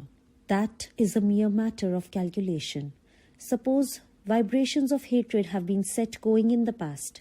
We can deliberately set to work to quench these vibrations and to prevent their working out into the present and future by setting up against them vibrations of love, just in the same way as we can take a wave of sound and then a second wave, and setting the two going one slightly after the other, so that the vibrations of the denser part of the one shall correspond to the rarer part of the other, and thus, out of sounds, we can make silence by interference. So, in the higher regions, it is possible by love and hate vibrations, used by knowledge and controlled by will, to bring karmic causes to an ending, and so to reach equilibrium, which is another word for liberation. That knowledge is beyond the reach of the enormous majority. What the majority can do is this: if they choose to utilize the science of the soul, they may take the evidence of experts on this subject. They may take the moral precepts of the great religious teachers of the world, and by obedience to these precepts, to which their intuition responds, although they may not understand the method of their working, they may effect in the doing that which also may be effected by distinct and deliberate knowledge. So, devotion and obedience to a teacher may work towards liberation as knowledge might otherwise do. Applying these principles in every direction, the student will begin to realize how man is handicapped by ignorance and how great is the part played by knowledge in human evolution. Men drift because they do not know. They are helpless because they are blind. The man who would finish his course more rapidly than will the common mass of men, who would leave the slothful crowd behind as the racer leaves the hack, he needs wisdom as well as love, knowledge as well as devotion. There is no need for him to wear out slowly the links of chains forged long ago. He can file them swiftly through and be rid of them as effectively as though they slowly rusted away to set him free. The ceasing of karma. Karma brings us ever back to rebirth, binds us to the wheel of births and deaths. Good karma drags us back as relentlessly as bad, and the chain which is wrought out of our virtues holds as firmly and as closely as that forged from our vices. How then shall the weaving of the chain be put an end to, since man must think and feel as long as he lives, and thoughts and feelings are ever generating karma? The answer to this is the great lesson of the Bhagavad Gita, the lesson taught to the warrior prince. Neither to hermit nor to student was that lesson given, but to the warrior striving for victory, the prince immersed in the duties of his state. Not in action, but in desire, not in action, but in attachment to its fruit lies the binding force of action. An action is performed with desire to enjoy its fruit. A course is adopted with desire to obtain its results. The soul is expectant and nature must reply to it. It has demanded and nature must award. To every cause is bound its effect, to every action its fruit, and desire is the cord that links them together, the thread that runs between. If this could be burnt up, the connection would cease, and when all the bonds of the heart are broken, the soul is free. Karma can then no longer hold it. Karma can then no longer bind it. The wheel of cause and effect may continue to turn, but the soul has become the liberated life. Without attachment, constantly perform action, which is duty. For performing action without attachment, man verily reacheth the Supreme. Bhagavad Gita, chapter 13, verse 19. To perform this karma yoga, yoga of action, as it is called, man must perform every action merely as duty, doing all in harmony with the law, seeking to conform to the law on any plane of being on which he is busied. He aims at becoming a force, working with the divine will for evolution, and yields a perfect obedience in every phase of his activity. Thus, all his actions partake of the nature of sacrifice, and are offered for the turning of the wheel of the law, not for any fruit that they may bring. The action is performed as duty. The fruit is joyfully given for the helping of men. He has no concern with it. It belongs to the law, and to the law he leaves it for distribution. And so we read, whose works are all free from the moulding of desire, whose actions are burned up by the fire of wisdom. He is called a sage by the spiritually wise. Having abandoned all attachment to the fruit of action, always content, seeking refuge in none, although doing actions, he is not doing anything. Free from desire, his thoughts controlled by the self. Having abandoned all attachment, performing action by the body alone, he doth not commit sin. Content with whatsoever he receiveth, free from the pairs of opposites, without envy, balanced in success and failure. Though he hath acted, he is not bound. For with attachment dead, harmonious, his thoughts established in wisdom, his works, sacrifices, all his action melts away. Body and mind work out their full activities. With the body, all bodily action is performed. With the mind, all mental. But the self remains serene, untroubled, lending not of its eternal essence to forge the chains of time. Right action is never neglected, but is faithfully performed to the limit of the available powers. Renunciation of attachment to the fruit, not implying any sloth or carelessness in acting. As the ignorant act from attachment to action, O Bharata, so should the wise act without attachment, desiring the maintenance of mankind. Let no wise man unsettle the mind of ignorant people attached to action, but acting in harmony with me, let him render all action attractive. The man who reaches this state of inaction in action has learnt the secret of the ceasing of karma. He destroys by knowledge the action he has generated in the past. He burns up the action of the present by devotion. Then it is that he attains the state spoken of by John the Divine in Revelation, in which the man goeth no more out of the temple. For the soul goes out of the temple many and many a time into the plains of life, but the time arrives when he becomes a pillar in the temple of my God.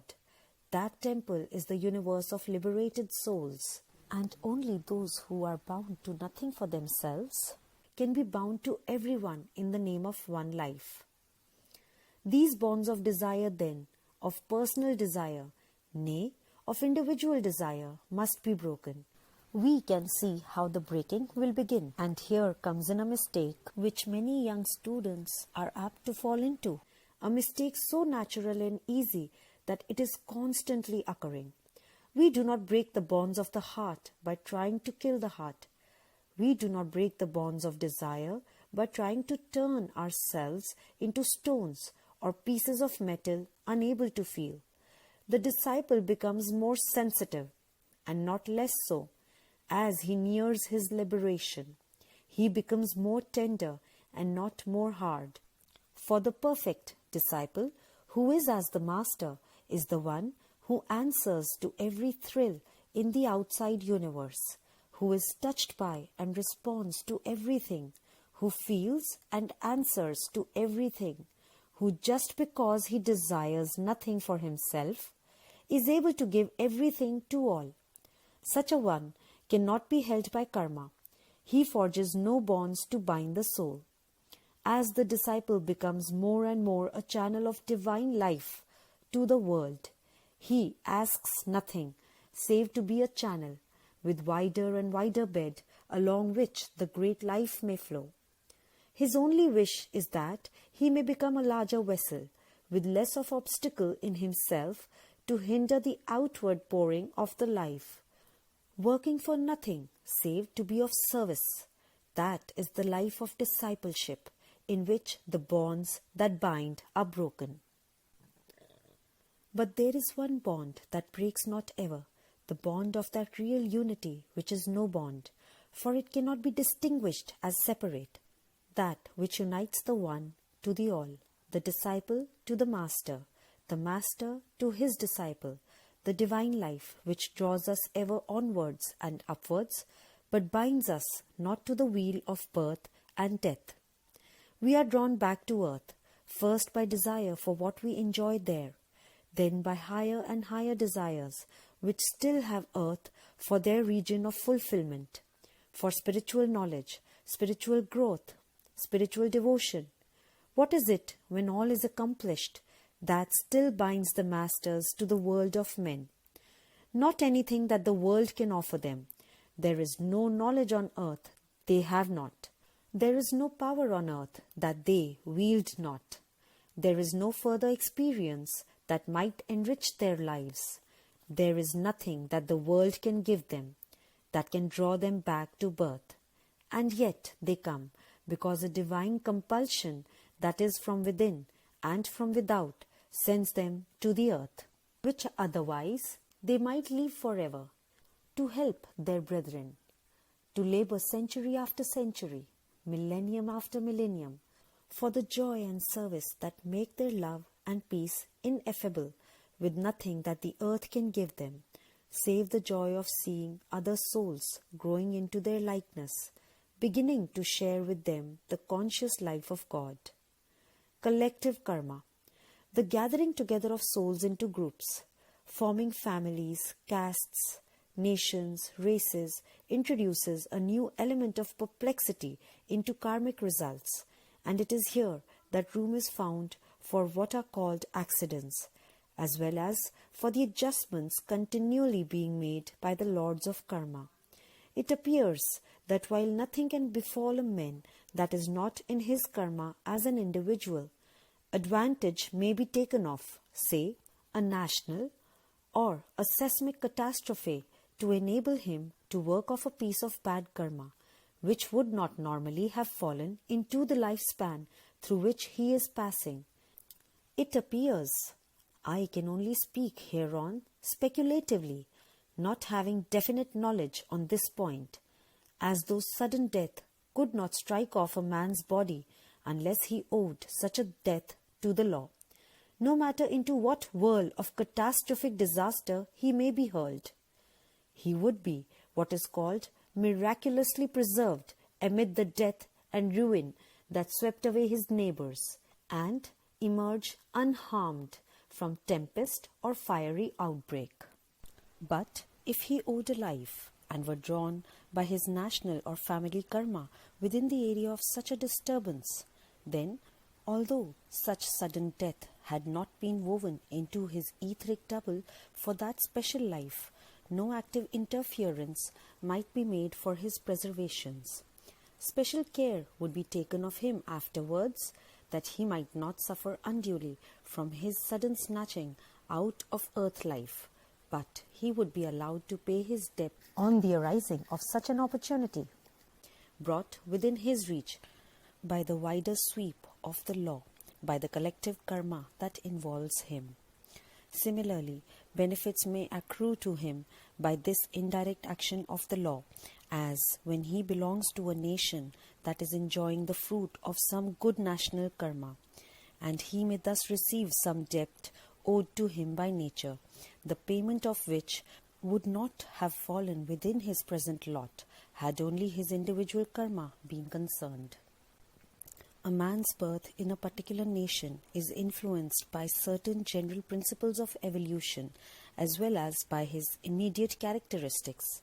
The soul, in its slow development, has not only to pass through the 7 root races of a globe. I deal with the normal evolution of humanity, but also through the sub-races. This necessity imposes certain conditions to which the individual karma must adapt itself, and a nation belonging to the sub-race through which the soul has to pass will offer the area within which the more special conditions needed must be found. Where long series of incarnations have been followed, it has been found that some individuals progress from sub-race to sub-race very regularly, whereas others are more erratic, taking repeated incarnations, perhaps in one sub-race.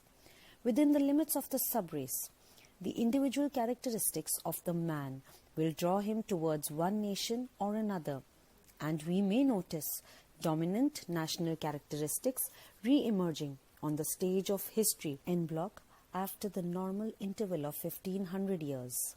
Thus, crowds of Romans reincarnate as Englishmen, the enterprising, colonizing, conquering, imperial instincts reappearing as national attributes. A man in whom such national characteristics were strongly marked and whose time for rebirth had come would be drafted into the English nation by his karma and would then share the national destiny for good or for evil, so far as that destiny affected the fate of an individual. The family tie is naturally of a more personal character than is the national, and those who weave bonds of close affection in one life tend to be drawn together again as members of the same family. Sometimes these ties recur very persistently, life after life, and the destinies of 2 individuals are very intimately interwoven in successive incarnations. Sometimes in consequence of the different lengths of the devachans, necessitated by differences of intellectual and spiritual activity during the earth lives spent together, members of a family may be scattered and may not meet again until after several incarnations. Speaking generally, the more close the tie in the higher regions of life, the greater the likelihood of rebirth in a family group. Here again the karma of the individual is affected by the interlinked karmas of his family, and he may enjoy or suffer through these in a way not inherent in his own life karma, and so receive or pay karmic debts, out of date as we may say. So far as the personality is concerned, this seems to bring with it a certain balancing up or compensation in Kamaloka and Devachan, in order that complete justice may be done even to the fleeting personality. The working out in detail of collective karma would carry us far beyond the limits of such an elementary work as the present, and far beyond the knowledge of the writer. Only these fragmentary hints can at present be offered to the student. For precise understanding, a long study of individual cases would be necessary, traced through many thousands of years. Speculation on these matters is idle. It is patient observation that is needed. There is, however, one other aspect of collective karma on which some word may fitly be said: the relation between men's thoughts and deeds and the aspects of external nature. On this obscure subject, Madame Blavatsky has the following: Following Plato, Aristotle explained that the term elements was understood only as meaning the incorporeal principles placed at each of the four great divisions of our cosmical world to supervise them. Thus, no more than Christians do pagans adore and worship the elements and the imaginary cardinal points, but the gods that respectively rule over them. For the Church, there are two kinds of sidereal beings, angels and devils. For the Kabbalist and occultist, there is one class, and neither occultist nor Kabbalist makes any difference between the rectors of light and the rectors tenebrarum, or cosmocrators, whom the Roman Church imagines and discovers in the rectors of light, as so on as any one of them is called by another name than the one she addresses him by. It is not the rector or Maharaja who punishes or rewards, with or without God's permission or order, but man himself, his deeds or karma attracting individually and collectively, as in the case of whole nations sometimes, every kind of evil and calamity. We produce causes, and these awaken the corresponding powers in the sidereal world, which are magnetically and irresistibly attracted to and react upon those who produce such causes.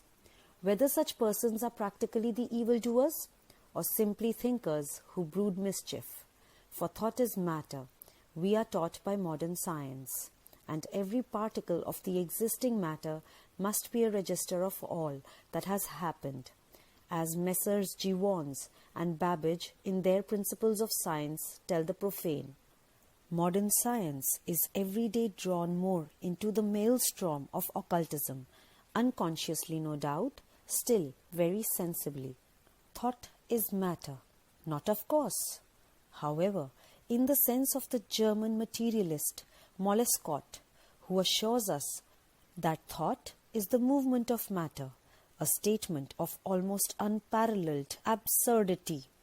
Mental states and bodily states are utterly contrasted as such, but that does not affect the position that every thought, in addition to its physical accompaniment, brain change, exhibits an objective, though to us supersensually objective, aspect on the astral plane.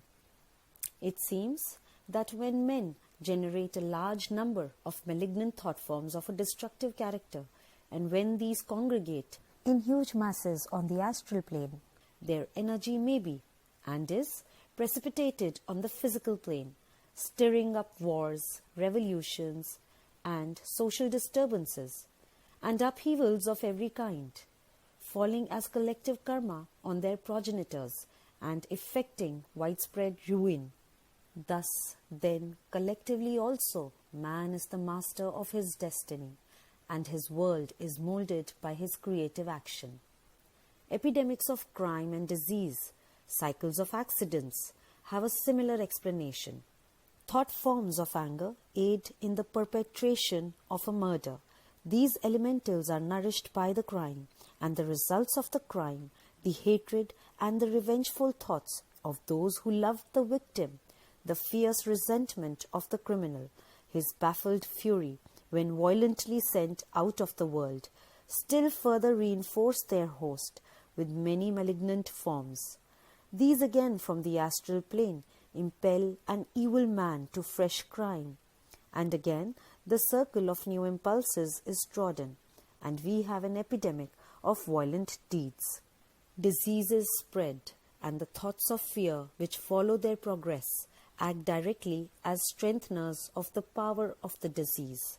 Magnetic disturbances are set up and propagated, and react on the magnetic spheres of people within the affected area. In every direction, in endless fashions, do man's evil thoughts play havoc, as he who should have been a divine co-builder in the universe uses his creative power to destroy. Conclusion. Such is an outline of the great law of karma and of its workings, by a knowledge of which a man may accelerate his evolution, by the utilization of which a man may free himself from bondage, and become, long before his race has trodden its course, one of the helpers and saviors of the world.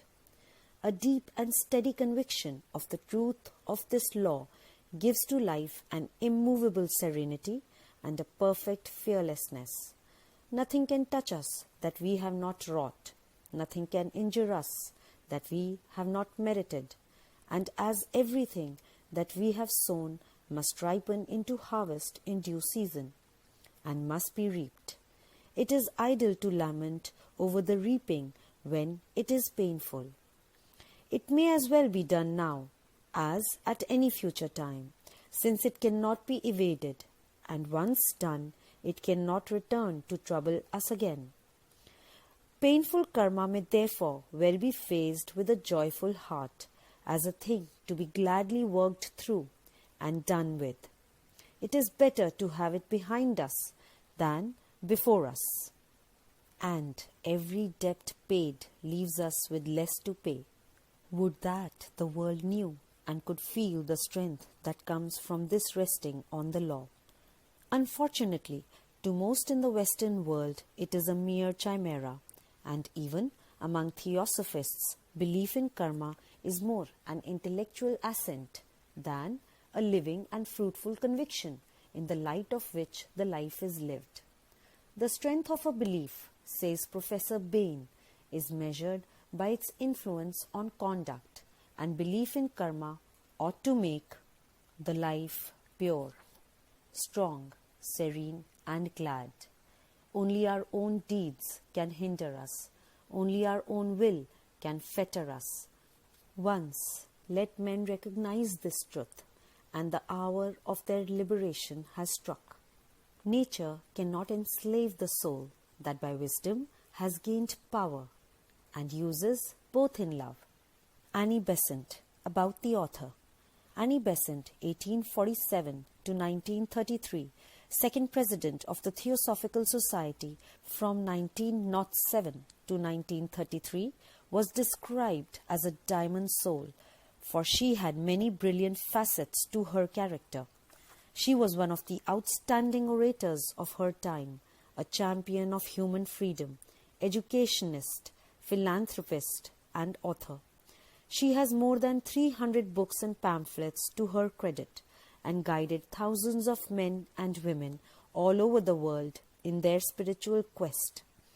In her earlier days in England, she did remarkable work as a freethinker and Fabian socialist, and supported many noble causes, including women's suffrage.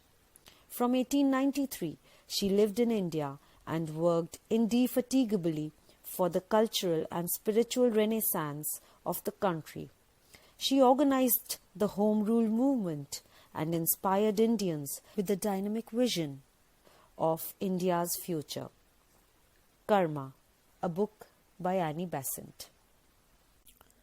Karma by Annie Besant, published by the Theosophical Publishing House, Adyar, Chennai,